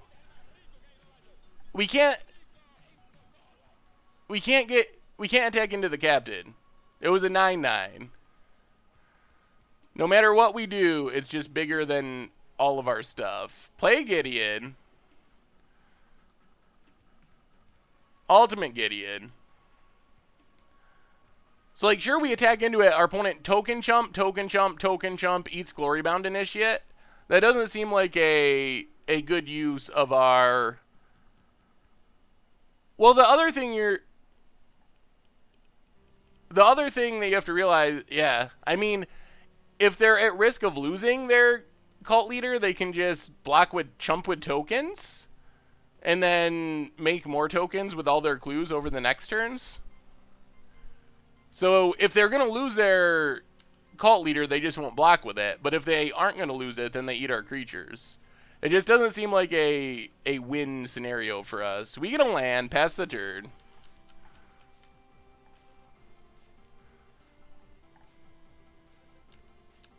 Opponent gets in. I mean, we have one more removal spell we can draw into, and we still have horses in our deck, which can actually go wide and compete with this. All right, well, Aerial Responder is not bad. It stops our opponent from beating us down with the Angel. So I think this is mostly just about playing fast. I think we want to keep playing because we actually want to gain time here compared to our opponent. Because we can just F6 and they're getting a ton of triggers. So hopefully we can even the time back out before this game ends. So going to try to play super quick for that purpose. Opponent sacks their clue. They also have to kill us before they run out of cards. Which, I mean, they can probably do. But we're still at a very high life total. Sacks the clue. And we could draw a removal spell. There is one more removal spell. It'll be nice once we have our Fumigates after sideboarding. We can attack with the flyer now. Opponent gets... Oh, boy. That was a draw. So we get to Declaration in Stone all the Bygone Bishops.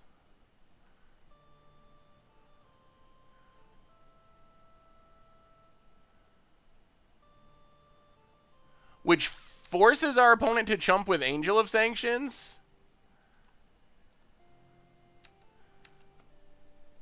And gains us life and gets us back our other Aerial Responder. So Bishop's gone. Card Advantage Engine gone. Angel of Sanctions gone. We get back Aerial Responder. Pass the turn. Hurlan, 9 months in a row, says Declaration of all things. Indeed. Welcome back to the Fishbowl. Thank you for your subscription. Big scoops here for our new subscriber. And now our opponent can, like, get back the Angel. But getting back the Angel doesn't even do that much because we still have an Aerial Responder that they have to chump. So this might force them into flipping Westville Abbey. At least it makes them make some tough decisions. And we still got a ton of horses to draw into. I don't know if they're good enough now, but maybe. There's a chance. I mean, we've gotten this far without drawing a single horse. We're very much alive. Opponent passes. Makes some tokens. We are completely out of removal now. Cycle the Desert. Desert finally being good. Ugh. Into Ether Hub. Play Ether Hub. Pass the turn. We can't really attack because our opponent can just flip Westville Abbey, so we got to pass. Yeah, I'm surprised they've waited this long to Ormondal. Sacks a clue. Opponent's down to 25 cards in their deck.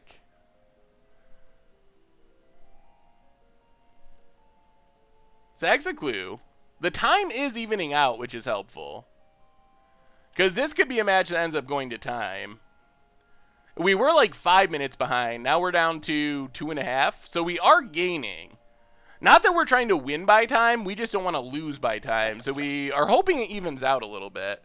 People Mover 2009, welcome to the Fishbowl. Thank you for your subscription. Big scoops here for our new subscriber. Opponent sacks all their clues, makes an Ormondal. Yup.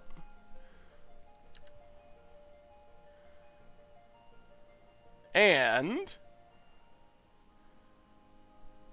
oh, boy. Oh, that's what they're doing. There's their Dustodon.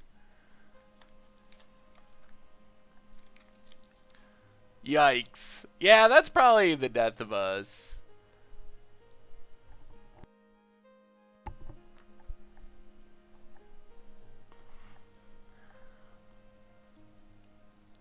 Normally, I think this is a good matchup for us, too. And I mean, we had our opponent to 2 before they managed to stabilize, so... opponent gets in with everything.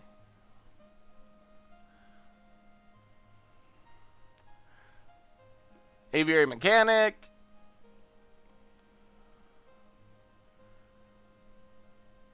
Bounces.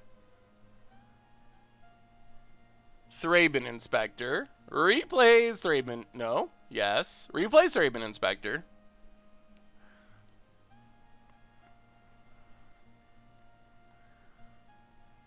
Sacks the clue.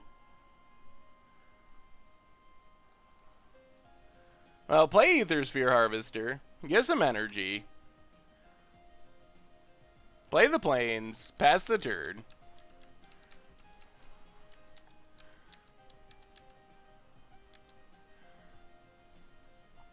Opponent plays a land.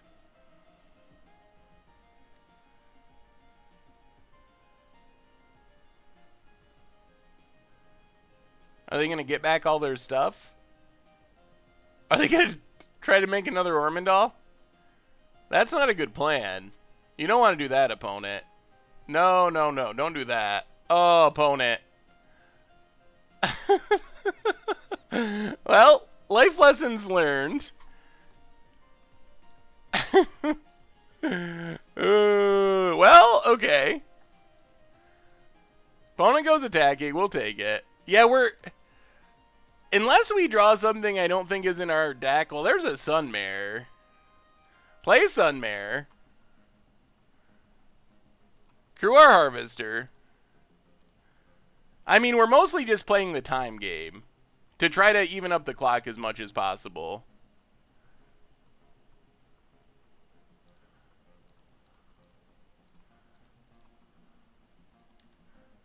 Opponent stasis snares. And we almost have the time completely even, which is where we were trying to be. Fire up Shambling Vet.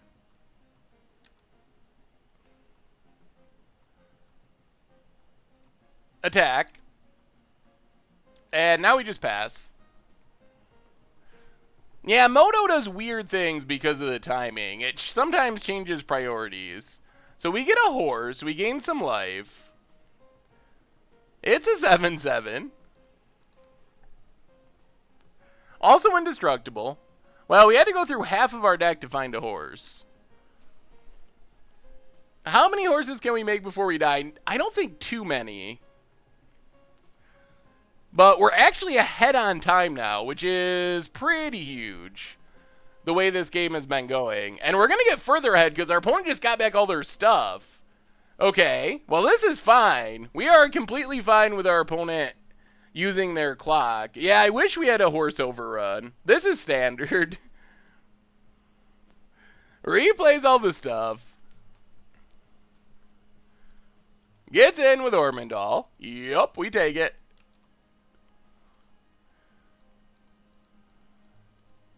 Keeps playing stuff. Well, fire up Shambling Vent. Go attacking.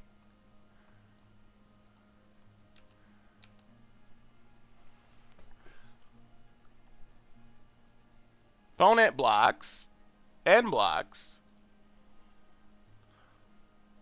And sacks. Okay. Well, play a second horse. Pass the turn. We didn't gain any life, so we don't get more horses. Opponent flips their dorks. I think we're dead here. Maybe. 9, 10, 11, 12, 13, 14, 15, 16. Yeah, I think so.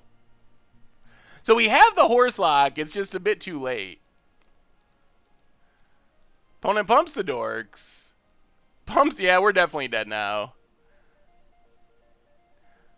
Well, for losing, that game was kind of a success. Yep. Well, that was a weird moral moto victory that we managed to get ahead by a minute on the clock, which is the most important thing. Those are... It's such a weird consideration if you play Paper Magic, but it actually is a big deal that we're ahead by a minute here with how this match is shaping up. I think Authority or Trespasser's Curse could be sideboard cards. Yeah, we're going to have to play this one fast to stay ahead on the clock. That is true. So good news is we get Fumigates, which are helpful. We get Anguish Unmaking, which is helpful. And possibly Fatal Pushes. Those are the main cards we're interested in.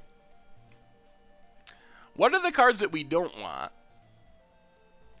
I mean, there's big, strong horses, right?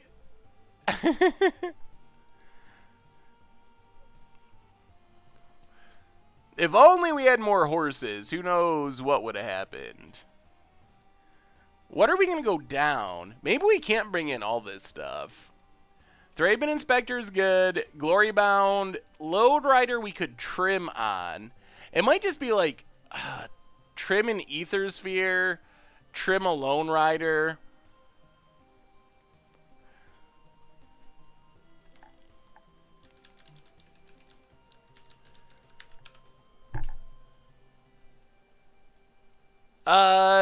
I think you have to be a subscriber to be able to summon Scoops, but there's a list like Scoops and then capital Cheer, all one word, would summon the Scoops Cheer. Fragmentize is also, maybe we can't go up Fatal Pushes. Maybe we gotta go Fragmentize, do a little bit of trimming, bring in the Wraths.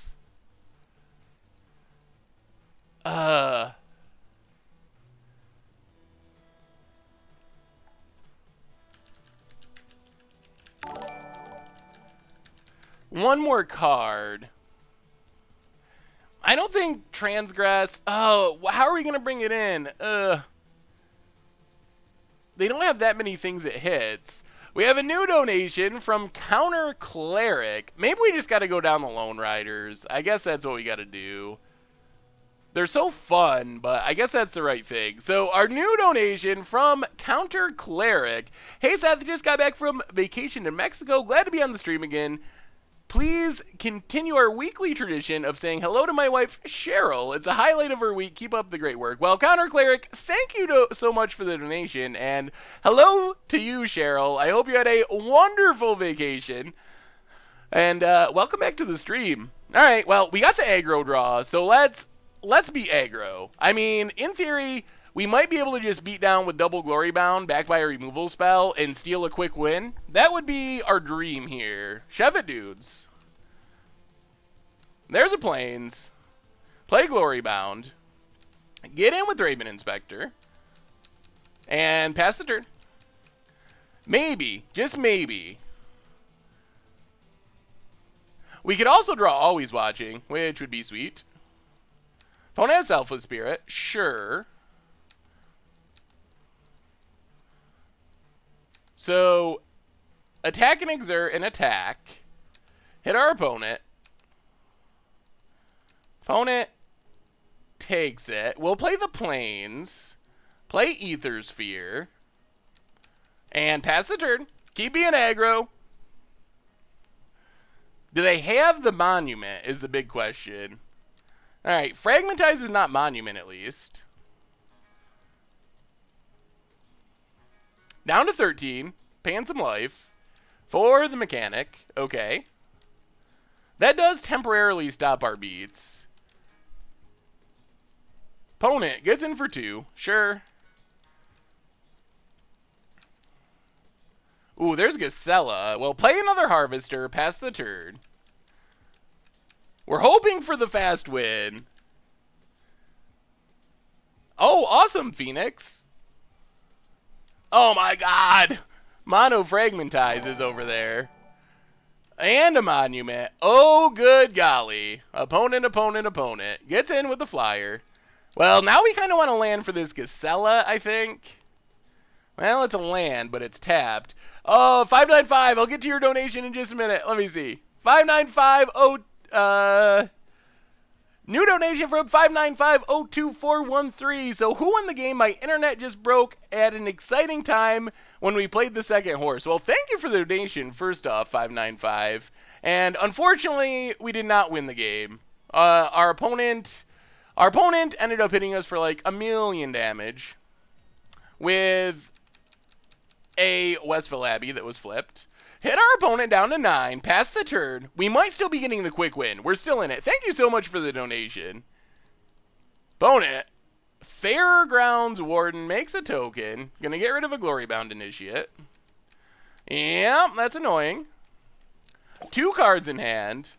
Thraben Inspector. 1 card in hand. Opponent's going wide. Super wide. Sergeant Memorial. Welcome to the Fishbowl. Thank you for your subscription. Big scoops here for our new subscriber. Well, play Gasella. Pass the turn.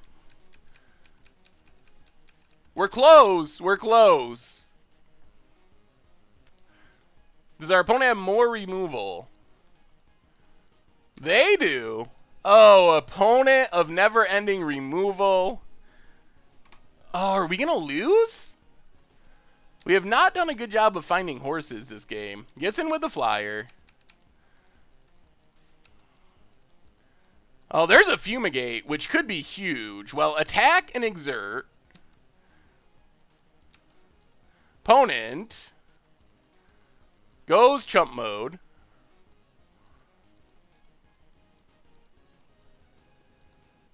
Well, I think we just pass here and sack our clue.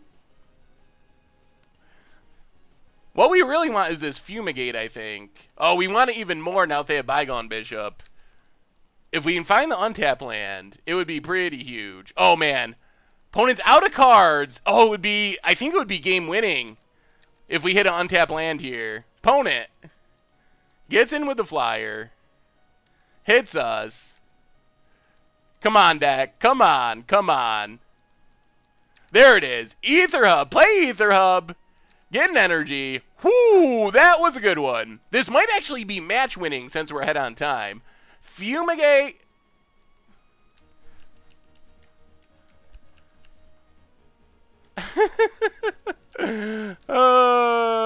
Yeah, I guess we should have killed this Alpha Spirit first. Sorry, I'm in a bit of a rush with how this game's been going. That was my bad. Now we're actually just dead. Well, cycle this desert. And, yeah, we'll scoop it up. I told you it was going to be game ending. I told you that the Fumigate was going to be game ending, and I was truthful.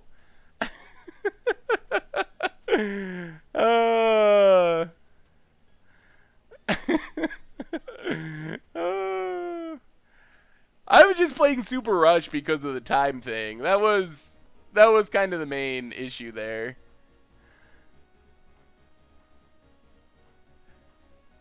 Moto, I mean, we were talking about it a little bit through the game, but Moto has a really, the time system does weird things. You have these weird pressures that you don't have in paper Magic, because in paper there's no individual clocks, so you never have to worry about winning or losing by time. Like, worst case, it goes to a draw, whatever.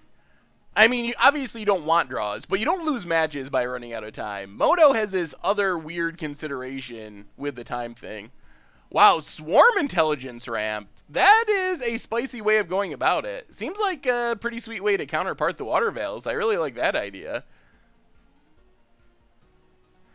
Alright. On to round 4. Down to 2-1.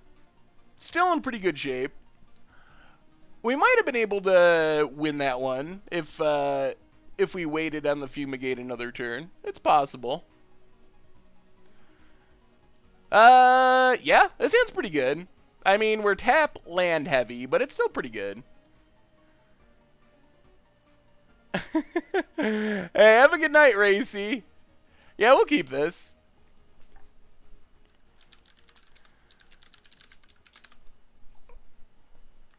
I don't even own any Mox Opals Beverlex.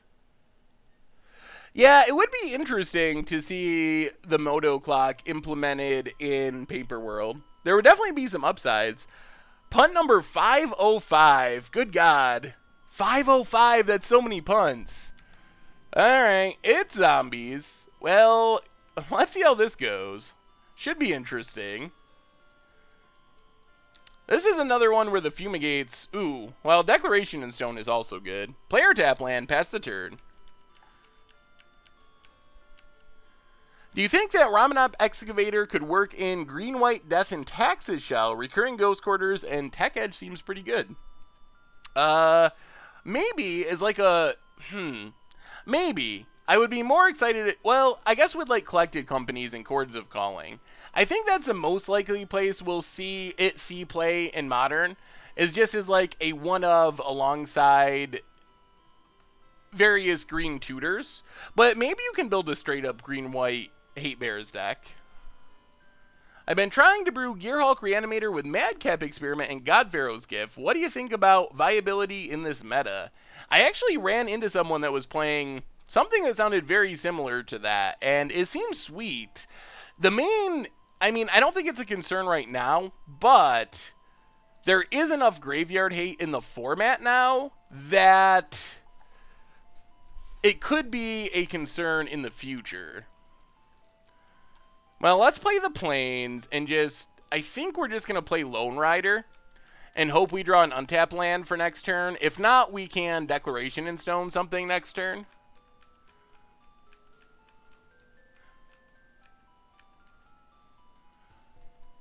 Pass the turn. Yeah, we lost. We got fumigated. It happens. Bonus Ifnir Dreadlands.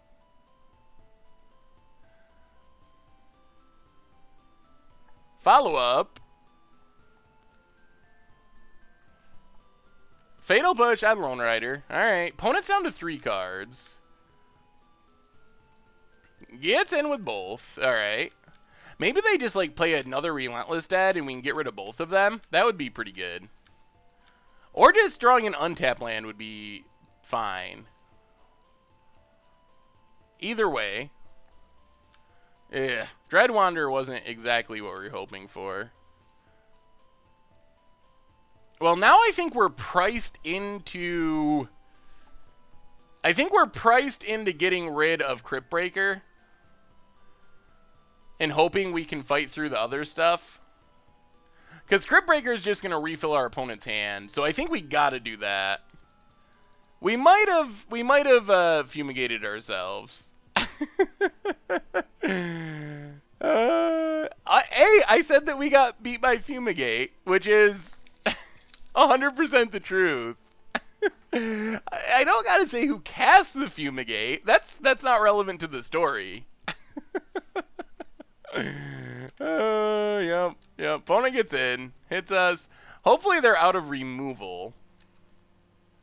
Well, land is not bad. So I think we just play Aerial Responder on defense. Play Shambling Vent. Hope our opponent doesn't have a removal spell.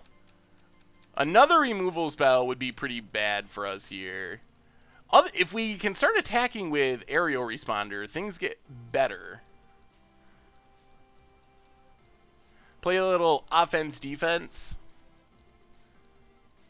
Yeah, I'm sure Jay Zoller has already made 10 clips of it.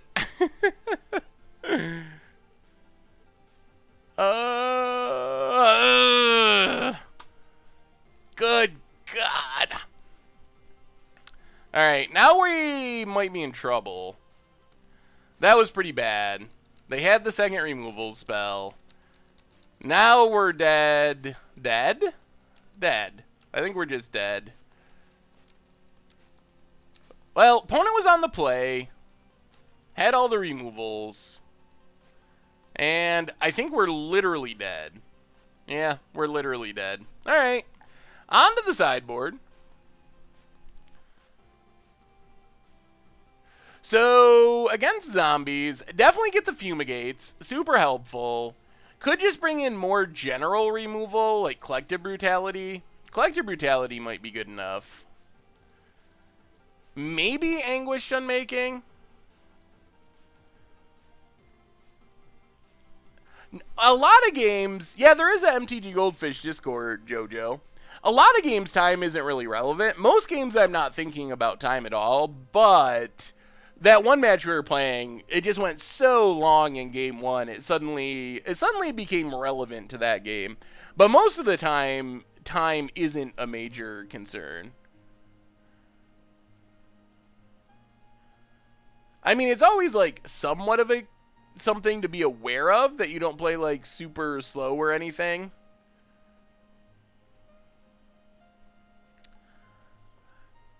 I want to start by saying I've been watching your videos on YouTube for over a year. They really helped me through some rough times. I know you're a really busy man, but I hope at least you got a chance to read some of my emails. If not, it's fine. Keep doing it to you, sir. Well, Professor Reward, I do read all the emails I get. I try to respond to all of them. Sometimes it takes me super long. Some of them get lost in the shuffle. But if you sent me an email, I know 100% that I've read it. So, and thank you for the kind words. The Funky Hobo, welcome back to the Fishbowl. Thank you for your subscription. Big scoops cheer for our new subscriber. Tier decks. Maybe we'll have to do a tier stream sometime. I'm not opposed to playing tier decks, especially if it's a deck that I like. So I would be down with doing a tier stream every now and then. We'll go down a Lone Rider. Go down a Ether Sphere Harvester. Go down... Oh man, Sunmare is so good if we get to it. Maybe another Lone Rider and... What else? Maybe we go 3 Gideons. Let's try it like that. I don't know about Infect. Let me see Professor Reward. Alright, we're going to play first.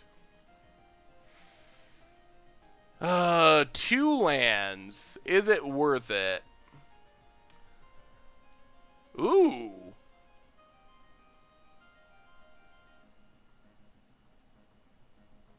I like the artifact deck. Grand Architect, pretty sweet way to ramp into all the crazy artifacts. Ethereum Sculptor. Master Transmuter. I like it. That seems super spicy. Plus Tezzeret, one of my favorite planeswalkers. Boy. It probably is too slow. Now we're going to get a 0-lander. Ooh, alright. Well, we'll keep this. Lots of tap lands, but we get a Scry, and we have a Thraben Inspector. And I think we're going to keep the untap land. So turn 1, Thraben Inspector.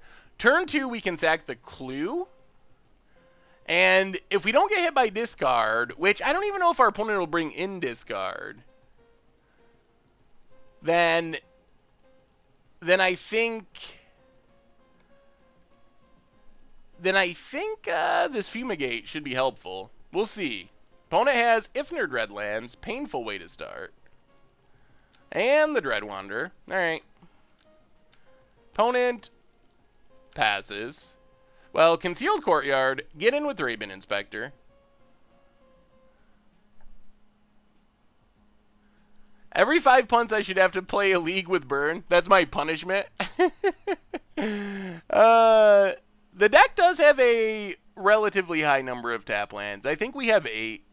It's possible now in the black-white version that we should cut down on a couple of the Deserts of the True since we have the Shambling Vents coming into play tapped. Oh, it looks like our opponent might have kept a 1-lander with 1 Ifnir Dreadlands, which means their hand is probably nuts, but yep. All right. Starting on Ifnir Dreadlands is a pretty good sign that you don't have another land. Well, get in with our Thraben Inspector. Well, this might work out for us after all. I'd really like to see a Merfolk list get a few rounds since I was looking to getting it online. I have blue, white, and paper. So like Merfolk and Modern stream? Can I play Chalice of the Void? If I play Chalice Merfolk, then I do it. Yeah, Fumigate's looking pretty good. I mean, also, if our opponent just never draws a second land, we probably win. That's how Magic works. You should stream a deck with a bunch of hard-to-say names. I think that's every deck. Photic gets in with Dreadwander. How do you feel about Endless Sands Trader deck? Ooh. Sounds spicy. Well, let's just get down our Always Watching.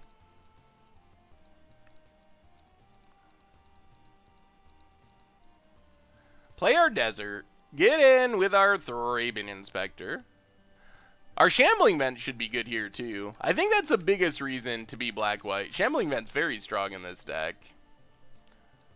More Fatal Pushes. Well, at least our opponent's shocking themselves to do that.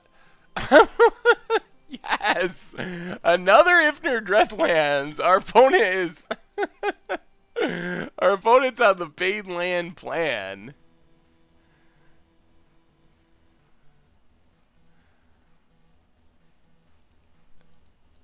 Wow, that deck is super spicy. I actually tried to build a deck like this for Budget Magic, and I never finished it. But the idea of stealing stuff and then flinging or sacking them, I think it still could happen eventually, because the deck was really fun. I just never got it to the point where I felt it was competitive enough. Opponent passes. Ugh.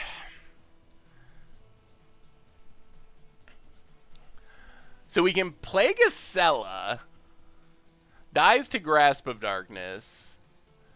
We can attack with Shambling Vent for 3. We could Fumigate already. Probably not worth it. I think normally if you want the cycling in 3-color decks, if you can, the dual lands will probably be better. Dexlin, welcome to the Fishbowl. Thank you for your subscription. Big scoops cheer for our new subscriber. Well, I think we're just going to run out Gisela. If our opponent has the Grasp, at least they probably have to pay 2 life to do it. If they don't have the Grasp, this is going to close out the game pretty quick. Pass the turn. I don't think we need to Fumigate yet. I think we can get a little bit more value. Yeah, Sphinx... Oh, opponent got a real land. Sphinx Commander is coming out soon. So our opponent can't kill it with that zombie spell. Thanks to Always Watching. Opponent gets in. I can't think of a reason to not block here. I guess third Fatal Push. If they got third Fatal Push, that would be annoying. What are the odds? Just Fatal Push .hand? Can't really play around the third. Ugh, it is the third Fatal Push. Yikes! It's hard to play around the third Fatal Push. Opponent passes. Well, play Thraben Inspector. Get a clue. Well, at least they're out of Fatal Pushes. Well, they might have one left, but we're going to attack. If they have another removal spell, if they have Grasp after all this, then I'm going to cry. Get in. 4-3. Watch them have 4th Fatal Push. They just have 1 land, 4 Fatal Pushes.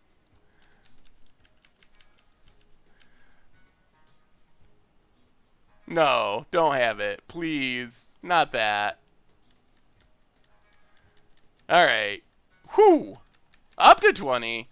Yeah, it is really weird. I noticed that too, that for some reason we have more views than, more people are watching than the Draft Super League right now. Which is weird, because Draft Super League is cool, but Limited, I don't know. Some people just are not fans. I enjoy, not so much on Pro Tours, but I do enjoy Limited. And I think it's Peach Garden Oath, too. And I like that team. I think it's my favorite pro team. Opponent gets in 4-3. Sure. We get... Oh! But no way to gain life.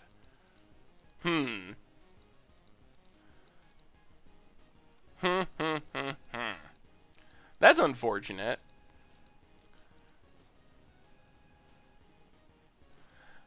And let's sack our clue. There's a Gideon. Well, I think we're just going to stasis snare the Lord and keep attacking. Get rid of the Lord. Get in with Thraben Inspector. The next turn we can Gideon, and we still got our Fumigate in our back pocket if we need it.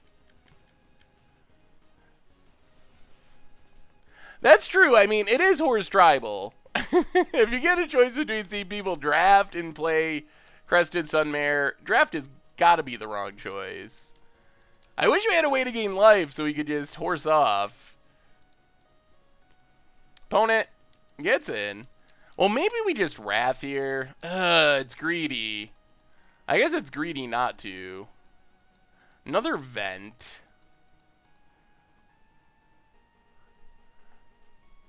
The other option, I guess, is to just Gideon. Maybe we Gideon and Wrath next turn. Let's do that. Play Gideon. Make a 2-2. Play Shambling Vent. Pass the turn. So now if our opponent plays something else, then we should be able to Wrath. This also incentivizes them to try to kill our Gideon. Yeah, this is the non-budget build, so we do have Gideon. Ooh, yes. Yes, yes, yes. That worked exactly like we wanted. This was it. This was exactly what we were hoping for. Because we still get rid of the Relentless Dead. Our Gideon lives. This is the dream scenario. Wow. Ignoring Gideon? Okay. Sure.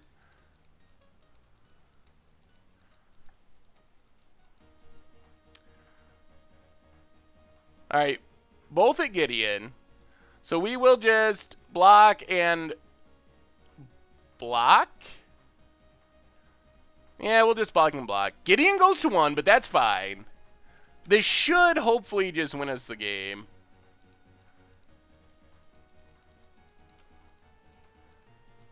We draw planes. Well, 1, 2, 3, 4, 5. Fumigate. Clear the board. Gain some life. Opponent can't get their stuff back.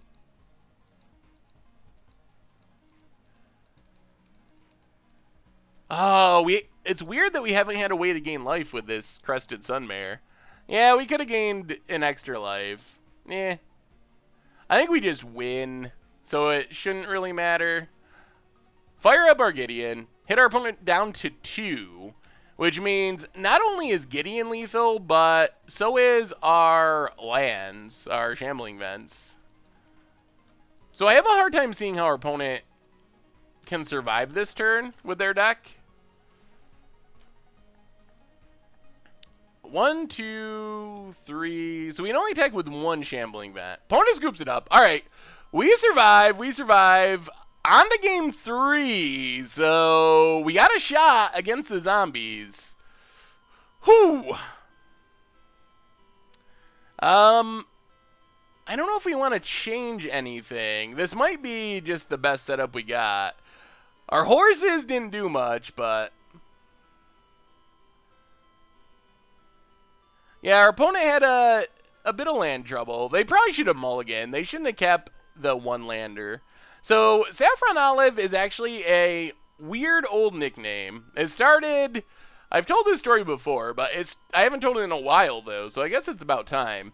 So, it started with this strange old Vietnam veteran neighbor of mine. As soon as I moved into the apartment, started calling me Saffron. I don't know why.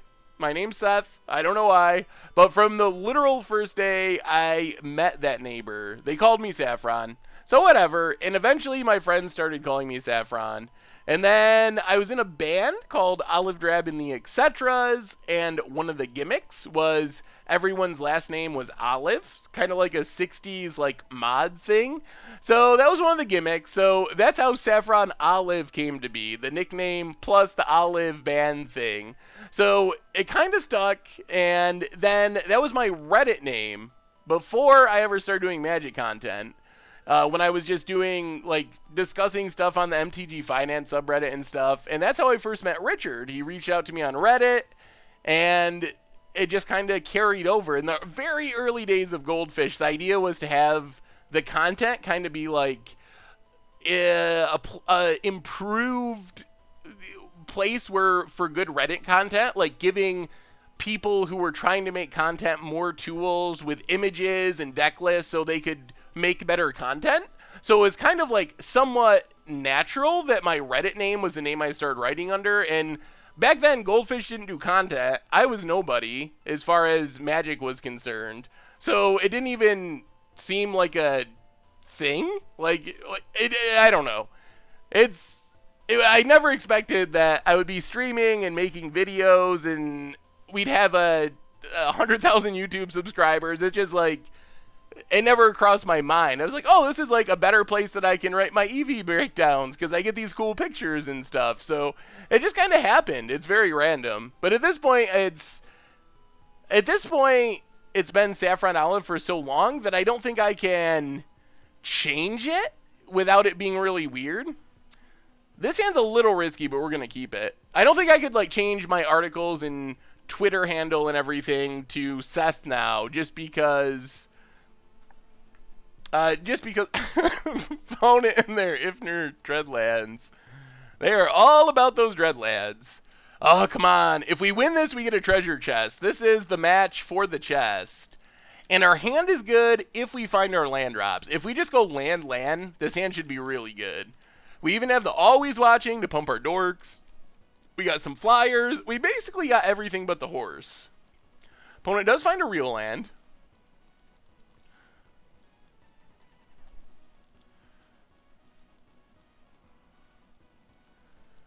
Opponent passing. Well, there's a horse. Well, play Thraben Inspector. Get a clue. We did not draw land. Horse is good if the game goes long, but will the game goes long? That's up for debate. Pass the turn. We really want to land. Preferably without cracking a clue to get one. Opponent discards a Scrappy Scrounger.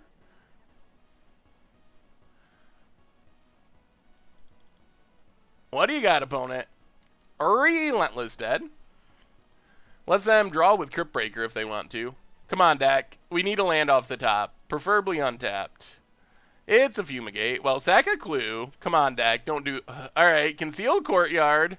We are doing it the super hard way, but we are sort of doing it. So we had to spend our turn cracking a clue. Opponent gets to draw cards for free thanks to Crypt Breaker.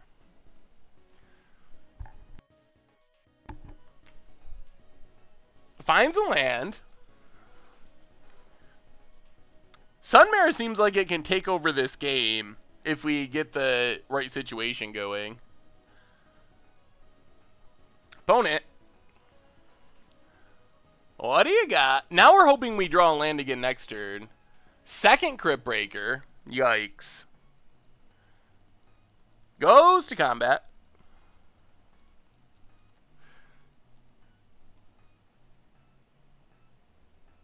Gets in. I think we'll take it. Sure, we'll take 2. Come on, deck. Give us a land. Alright, it's a Shambling Vent. That is a land. So play Shambling Vent, pass the turn. So now we're hoping to crack the clue, land, Fumigate, and then take over from there. Yeah, these Crypt Breakers are going to destroy us if they keep living. I think we can deal with, like, the scrap heaps. Opponent draws down to 16.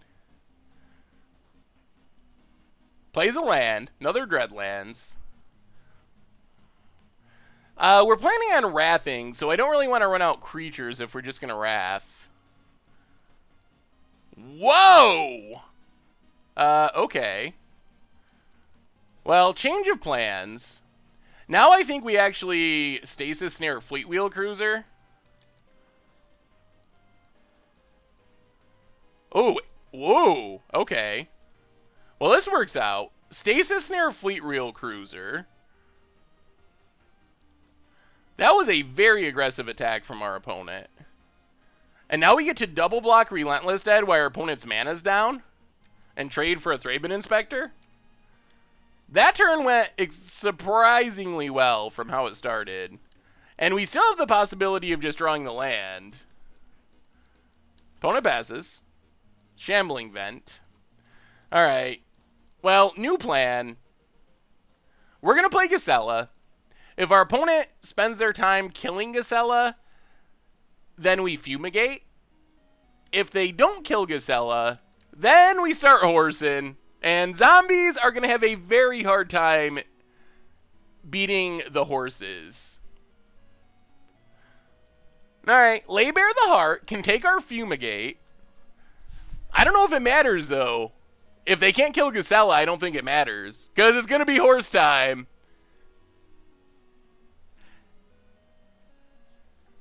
And then we're...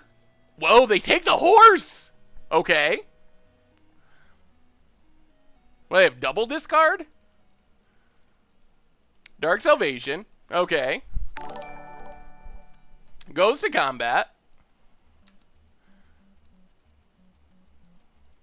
Gonna pass. New donation from Wazoo. Hey, really enjoy the stream. Would like you to take to revisit the Restore Balance deck. Here is my take. Let me see here. Let me read that again. So from Waslow, really enjoy the stream. Would love for you to revisit the Restore Balance deck. Here's my take. Have a good night. Well, thank you so much for the donation. And let me take a quick peek at Restore Balance. Ooh, that take looks pretty good. It reminds me a lot. It's like with As Foretold, but it reminds me a lot of the build we played on Budget Magic so long ago. So what do you think about revisiting Budget Magics? Well, I mean, I guess we just have to Wrath here. I think that's our best play. Opponent gets to draw. We go back to 20.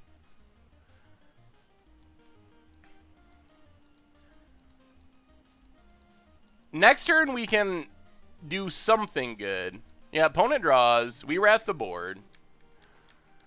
Well, the board is clear. We have more lands. We have the same amount of cards. Yeah, what do you think about revisiting old Budget Magics, especially in Modern? We'd rather not see... Alright, Diregraph Colossus is big. We would like a way to kill that. Glorybound Initiate. Well, play Glorybound Initiate.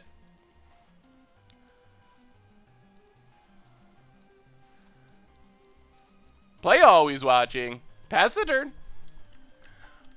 We still have another Fumigate. Hopefully we don't get zombied here by Diregraph. If our opponent goes super wide. They did not get back their Scrap Heap. Yeah, I think it could be fun to revisit some of them. Lay Bare the Heart, gonna steal a creature. Yep. Come on, no zombie. No zombie. Lord of the Accursed. Makes a zombie. Pumps the Diregraph. That is a problem. Ooh, well that's fine if they're gonna attack. That's exactly what we were hoping. Ooh, and there's a Stasis Snare. That's good news. So we get to get in and exert. Hit our opponent.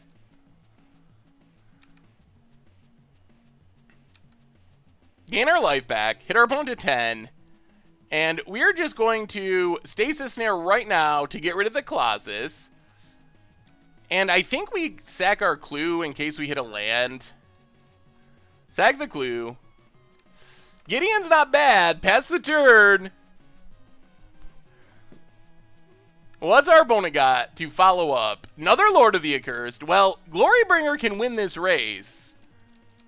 Not to mention Aerial Responder. I think we might be sneaking out a win. Opponent gets in for a bunch. Yup. Yup, you hit us. Down to 12. Opponent passes. Ugh, not a land. That's bad. Well, attack and exert with Glory Bound. Hit our opponent to 5.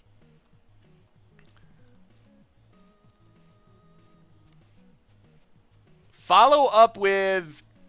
I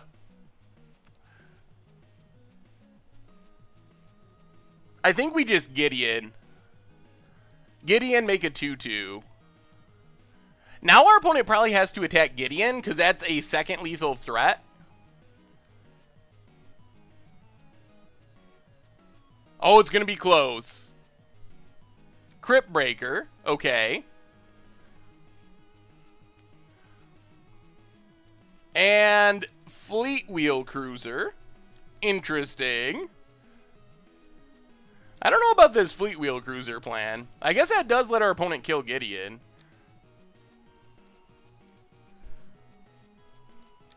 The other thing is if we draw a land, we can double Responder. Well, what's our opponent going to do? Attacks Gideon, attacks Gideon, attacks Gideon. Does not attack Gideon. Attacks Gideon. Alright. Yep. Gideon down. Unfortunately.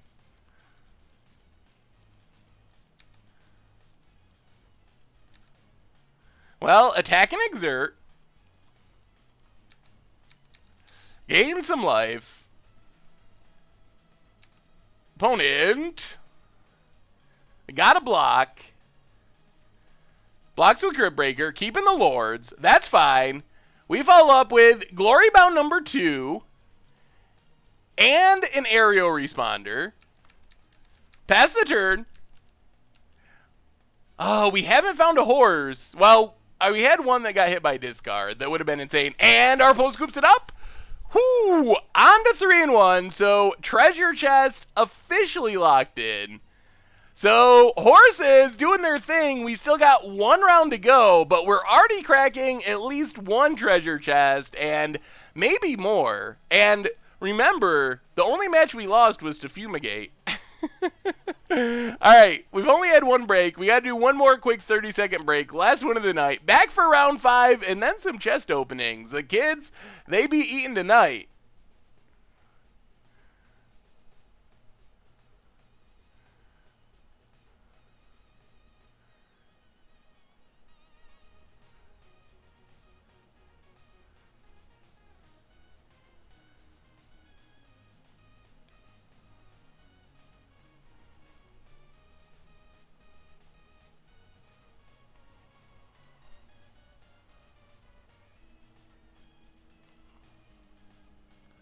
And we're back, waiting for round number 5.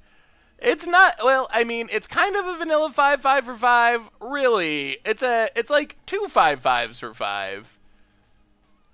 Ooh, Sahelia with Panharmonicon. That's a nice bit of spice added in. All right, last round of our horse stream, and yeah. Aggro. We're going aggro. Thraben Inspector, Glorybound Initiate. This looks reasonable. Port Town for our opponent. So this could be any number of decks. Well, play Concealed Courtyard. Ooh, and we got the Lone Rider combo. Pass the turn.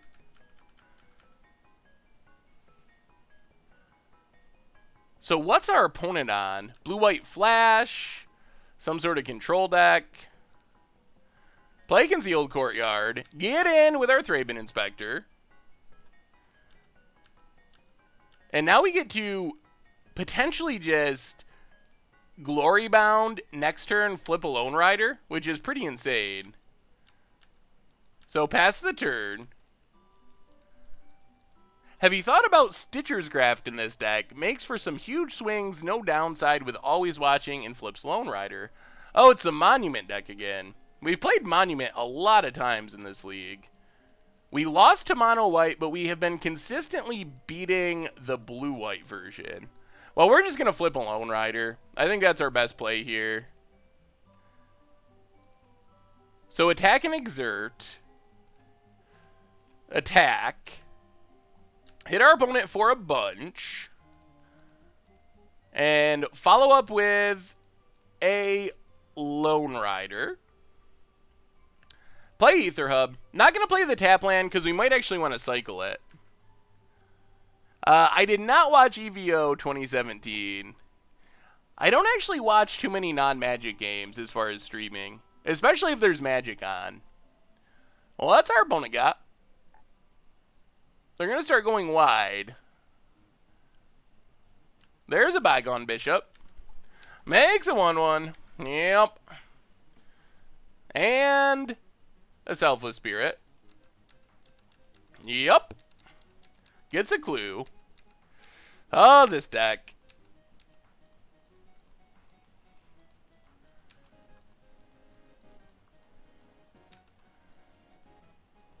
Another Glory Bound Initiate.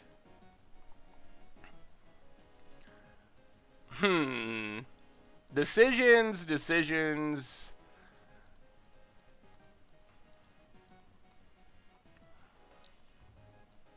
Well, I think we just cast a Stasis Snare. Get rid of the Bygone Bishop. Monument in Modern could be pretty interesting. Do some attacking. Yeah, I think these attacks are fine. Opponent blocks. And blocks, sure. Now I think we do play the tap land since we can play both of our creatures next turn, potentially.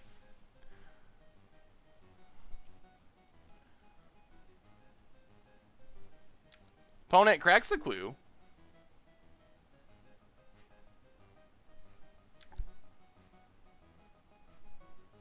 Gets in with the Selfless Spirit. Ooh, and passes? Okay. Well, I guess we go attacking. Attack and exert. See what our opponent has, if anything. Canadian Turkey Bacon, welcome to the Fishbowl. Thank you for your subscription. Big scoops cheer for our new subscriber. Thank you.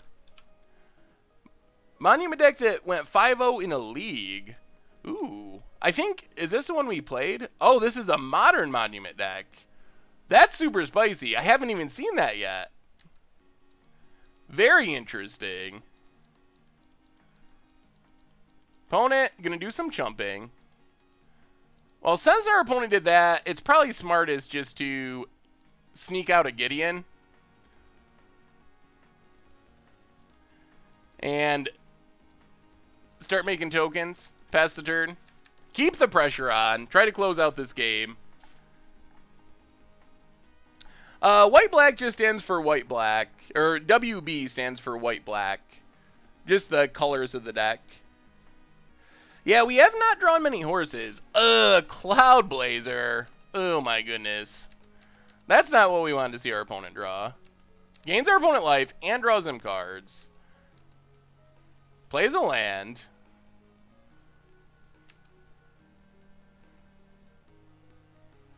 Gets in with the Spirit at our Gideon. Yep. And passes. Ooh, there's a Sunmare. We don't have the life gain yet, but fire up our Gideon. Go attacking. Hit our opponent, hit our opponent.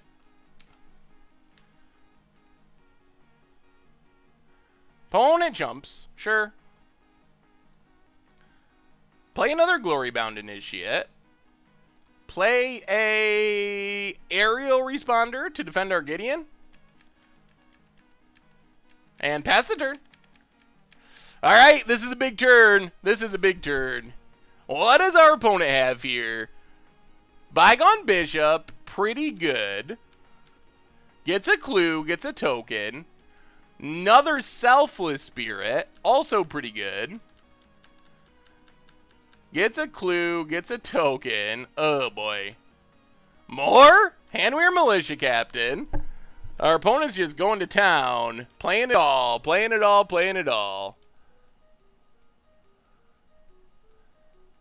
I could play some of the other deserts in the deck as well. Opponent's passing. We get a Lone Rider. Well, fire up Gideon. Attack. Attack.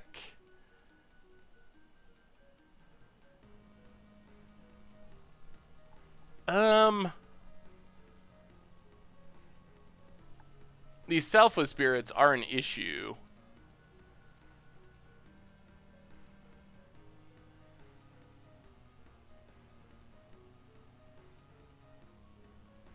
I don't know if we want to Glory Bound Initiate. Yeah, I guess we do. We'll go with one.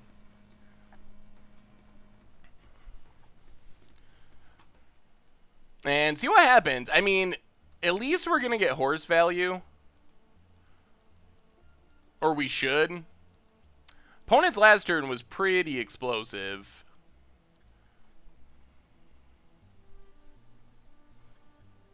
Yeah, the Monument deck for Modern does look pretty sweet. Opponent blocks. And blocks. Ooh. And blocks. And blocks. And blocks. And blocks.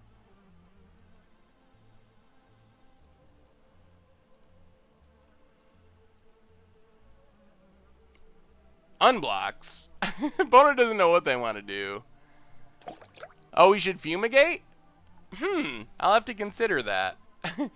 Command Tower, welcome to the Fishbowl. Thank you for your subscription. Big scoops cheer for our new subscriber. Opponent's blocking and blocking and blocking and blocking and blocking.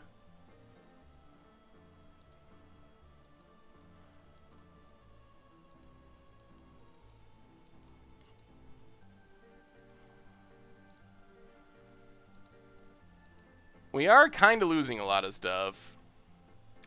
Because they can just sack their Selfless Spirit. Selfless Spirit's super obnoxious. So we lose essentially our entire board. We get horses out of the deal, but good lord, these Selfless Spirits. Play Crested Sunmare. Which is good. I mean, we're getting huge horses, but... No. Oh, sacks a clue. So getting horses is good, but I don't know if it's actually enough here. The Selfless Spirits, just that last turn just ruined, basically beat us. We have a new subscriber. Wanderer77 3 months in a row said, thanks for all the content. Sorry about being stuck with Saffron Olive. It's fine. I actually don't really mind. Opponent flips the Handwear Militia Captain. The problem with Gifted Aetherborn is...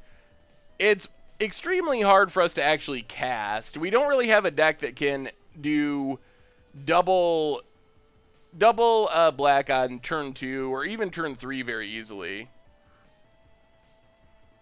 Beat Monument playing budget Magic too, so.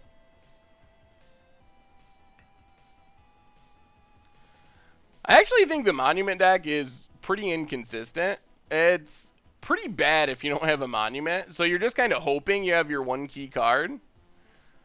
I mean, if you have a Monument, it can do pretty sweet things. But even with the Monument, it's not like you auto-win. It's not like I don't know, Splinter Twin or something. It's just like, it's pretty good. The main thing that's made this bad is just that our opponents had these Selfless Spirits nonstop. If they didn't have Selfless Spirit, they probably would have already lost by now.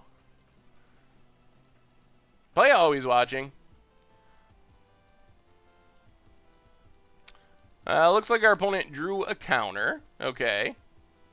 Well, I guess we sack a clue then. It's a shambling vent. Pass the turn.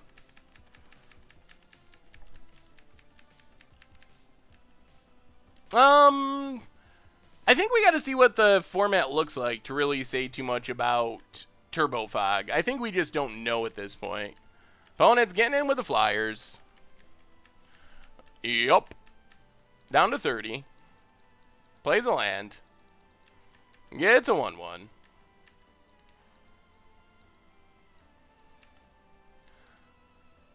Well, go to combat, attack and exert. Not that this really does much. We're going to give this up, basically. Oh, these Selfless Spirits ruin our day.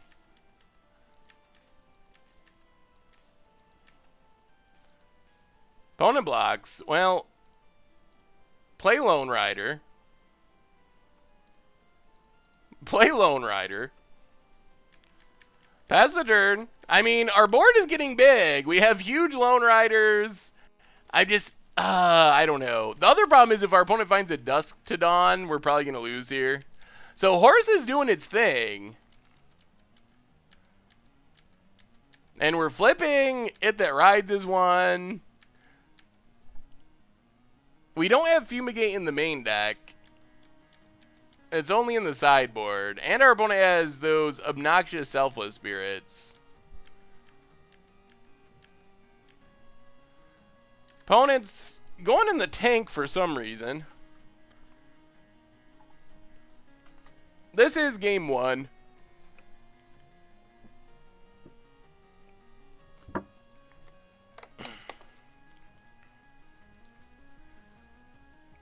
Yeah, it seems like It That Rides is one. It should be a horse, right? I mean, there's horse in the art. Alright, opponent returns. We get a horse. We flip our stuff.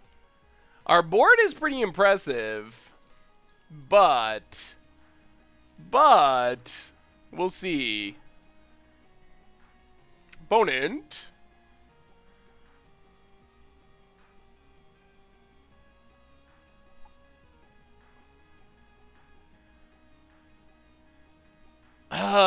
So what do we need? Removal, I guess, is the biggest thing. Another horse for indestructibility for everything would be nice.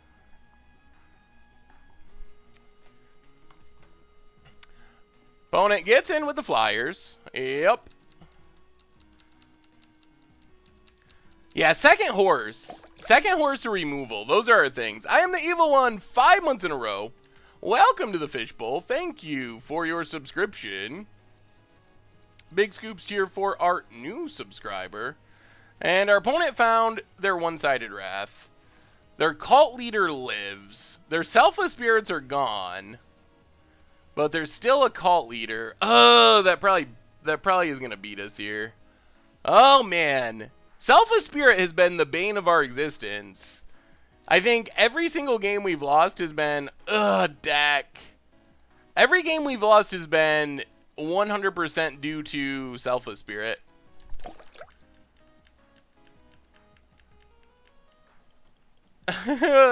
Icy Doc, welcome back to the Fishbowl. 3 months in a row. Big scoops here for our new resubscriber. Says, I wish you'd stop fooling around and finish this match. Me too, but it doesn't look like it's happening. Pretty sure we just lose here. Yeah, I mean, maybe that's what we gotta do. Maybe we could play Selfless Spirit. So that would be a consideration. Opponent likes their long tanks. The timeout possibility is not completely off the table. The problem with Curse is, while it's decent in some matchups, like it would be good against this deck, it is a dead card in other popular matchups, and it's really hard to play cards that are completely dead against some tier decks in the main deck. At least that's been my experience. So while, yeah, it's just so hit or miss, but I think it could be a Lost Legacy for Selfless Spirit. There's the Dawn, gonna get back the Selfless Spirits, the bane of our existence. Make more tokens. I think we're gonna scoop here. We could just play this out for a while, but without any sweepers, I don't think there's a way we actually win from this position. So we're going to bring in Fatal Pushes. We're going to bring in Fumigates. We're going to bring in Fragmentizes, potentially. And we are going to probably go down, I guess, Lone Riders. And... what else? Maybe one Gideon, maybe two Gideon. Gideon just kind of dies in this matchup. Maybe something along these lines. Maybe something like this.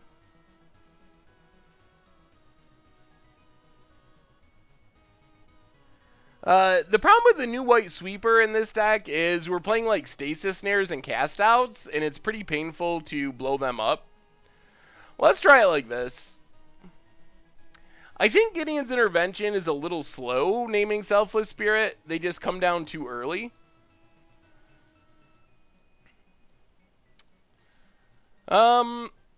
Okay. Little awkward, but I guess we can try this.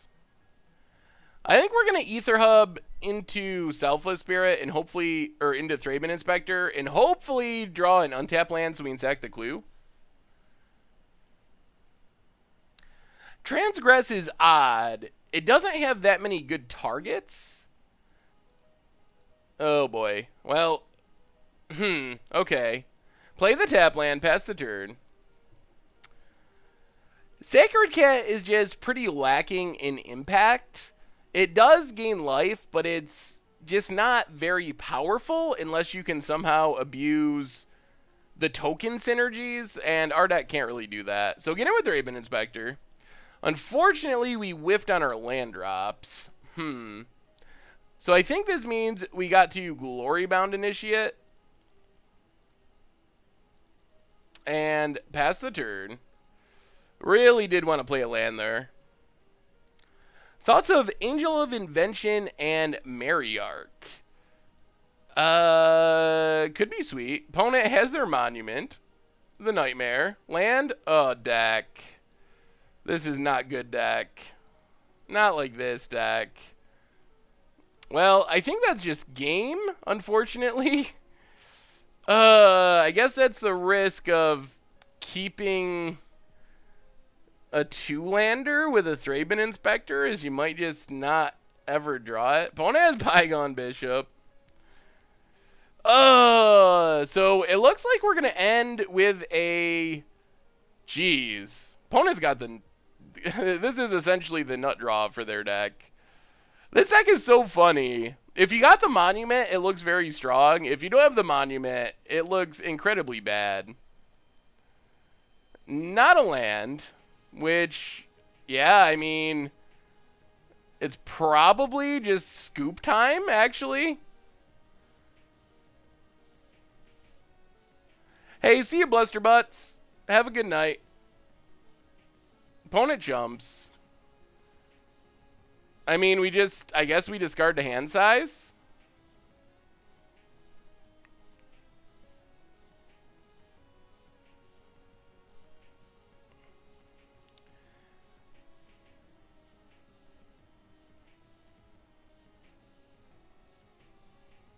All right, opponent going off. We can only push if we have Revolt, so we need something of ours to leave the battlefield, and that hasn't happened. I mean, I think Cats will be like a fun, I don't know, casual competitive deck. Oh, this keeps getting worse. Well, we can try to Fragmentize. I don't think it'll work here.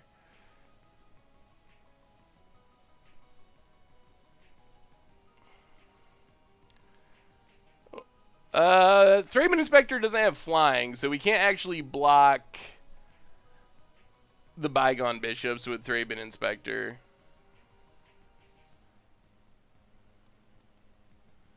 Alright, pass the turn. Opponent gets to draw a bunch of cards. Yeah, I mean, by the time we draw lands and could even consider fumigating, it's just going to be way too late.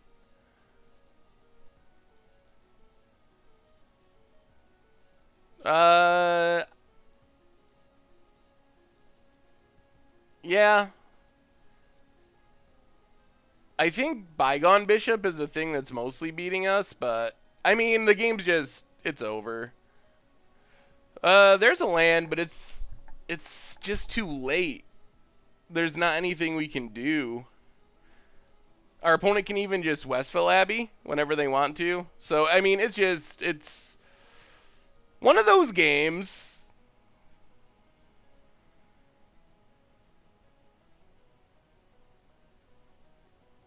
Well, I'm sorry, Bleverix. Didn't mean to butcher your name.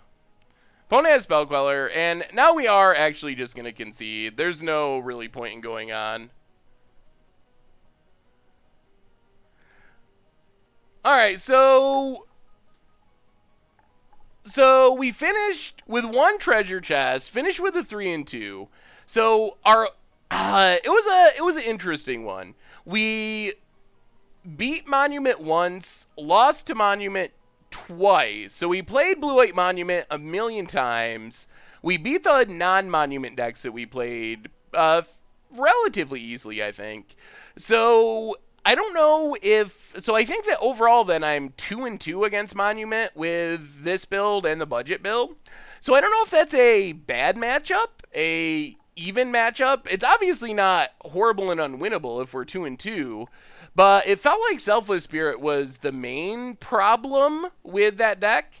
And it just made it really hard. Even the games that we lost against that deck were often games where we had our opponent very close to dead and Selfless Spirit was able to stabilize them. We also, the one we did lose involved a punt as well. So who knows how that would have went without the punt. It may have ended with our opponent timing out, so I don't know. But I think the deck is pretty sweet. White-black or mono-white? I think that white-black is better because I think that the mono-white build... I mean, it partly depends on your meta, but I think the mono-white build will have problems with control. So I think that that's the main benefit to being black is... the main benefit to being black is you're able to preemptively deal with counters, deal with sweepers that you'll face in control matchups. If no one's really playing control decks and sweepers, then it might be unnecessary. But I'm a little nervous about the mono white build in finding good solutions to sweepers because we can't really play Dust Dawn. We don't really have a way to just save our team. We could play Avacyn's, I guess Selfless Spirit, although that doesn't beat Hour of Devastation since it stops Indestructible. So I think that black has a big benefit against control decks because of that. Monument deck, I think, is the most played deck in Standard right now. I'm pretty sure. It's hard to say as clearly as before, but from everything I've seen, I think Monument is the most played deck, the Blue-White Monument deck. And the deck is definitely solid.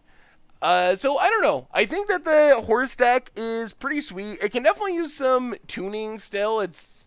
I think it's solid in its current form, but it's still, in some sense, a work in progress. Selfless Spirit is a good suggestion. I'm sure there's other possibilities with more removal or different configurations, but we also didn't draw our horses very much at all, which is... I mean, just kind of the luck of the draw, but we had a couple of really good horse games, but we didn't draw them too much this league, really. So, I don't know. Horse is sweet. I still think the deck is pretty sweet. Anyway, let's crack open our chest. We got a single chest to check out tonight. So, you never know. It only takes one. One of these days, we're going to open something super sweet, and this could be the chest. So, our one chest as a reward for our 3-2, and we get Yes! Not bad. Snapcaster Mage. I think that's a winner. I mean, it's not an insane winner, but let's see. Snapcaster Mage. Pretty good. Pretty good. 14.5 ticks, something like that. So, ended up pretty good. We got our play points back from the league, and we get a free Snapcaster, so we end up 15 ahead. Sell for more? Oh, really? How many can we even get for... All right, we'll do that one time. It's such a bad idea. No Momir tonight, because we're already kind of long on this one. All right, we'll sell the Snapcaster since I already have a playset. Yes. So we'll sell the Snapcaster. Treasure chest, win it. Give it one more. The viewers, it is a bad idea, but you never know. You never know. Could get lucky. It'll probably go horribly wrong. But it could not go wrong. One of these days, we're going to open something super sweet. I appreciate the reminder, because I told you to tell me not to do this anymore. So I appreciate everyone that's telling me not to do it. I don't even think we get that many. 4? 5 chests? All right. 5 chests and 1 ticket. So, well, that's going to do it. So let's do our reminders, and then we'll crack open these chests, and I think that'll bring us to the end of the stream for tonight. So, oh, we did it one more time. We could get lucky. It could happen. It could happen. This could be the one. Anyway, if you want to check out this stream again or any of the old streams, check out the replay YouTube channel. Subscribe to that. Also, the normal YouTube. We got a giveaway going on for a box of Hour of Devastation worldwide, so you can check that out on the channel. Also, Against the Odds coming out tomorrow, featuring deserts in Standard and all other content. Finally, the merch page. You can pick up some playmats or t-shirts or something to support the stream or the channel of the site. So that's our reminders. We got 5 chests. 5 chests. We traded in our Snapcaster, so we already got lucky. We're hoping to get lucky again. So chest number 1 of 5.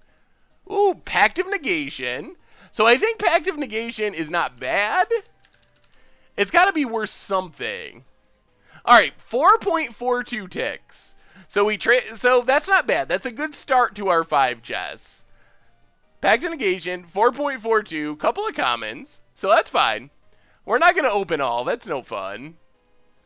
20 play points and a Norn's Annex. Norn's Annex? That's not worth anything. Norn's Annex is worth 0.16 of a tick. So this is about 2 ticks. So we're up to like 6.5 of our 14 ticks. Chest number 3. The old no rare chest. The classic no rare chest. The all uncommon chest. These are uncommons. Bone Picker and Sunscored Champion and a Flame Rift. Is Flame Rift actually worth anything? Flame Rift is worth, all right, 3.28. So I think that puts us up to like 8 ticks, 9 ticks. Well, we're piecing together a Snapcaster's worth of value. 2 more to go. Crackdown, Hapatra's Mark, and Steep Glider. Crackdown? Is that worth something? It is. It's old, so it's got to be on the curated list. Wizards, why is Crackdown, why? 0.82? So we win by getting a curated card and it's 0.82? That's worse than our modern rare mythic. Wizards, wizards, wizards. Alright, last one. Last chance for success. Come on, one time. Defense Grid, Inner Struggle, and Dawn Griff. Defense Grid. If we got 2 curated cards and they're both worthless, 2.73. All right. Well, I mean, I guess that's fine. So I think we ended up with less than a Snapcaster's worth of value, but still got a decent amount of value left. It is disappointing to hit curated cards, which are supposed to be the best ones, and not get good ones. or valuable ones. Defense Grid is a fine sideboard card. Nothing against Defense Grid. So anyway, I think that brings us to the end of our stream for tonight. So we're going to be back on Thursday, 6 o'clock, with another one. Don't know what we're playing yet, but it'll be something spicy and fun, I'm sure. So, in the meantime, check out the Against the Odds tomorrow. Big thanks to everyone who subbed and donated and just hung out. It was a fun stream. You all are awesome. It was a blast. And we'll be back on Thursday. So, have a wonderful evening, a wonderful Wednesday, and I'll look forward to hanging out again on Thursday. So, until then, I will talk to you soon.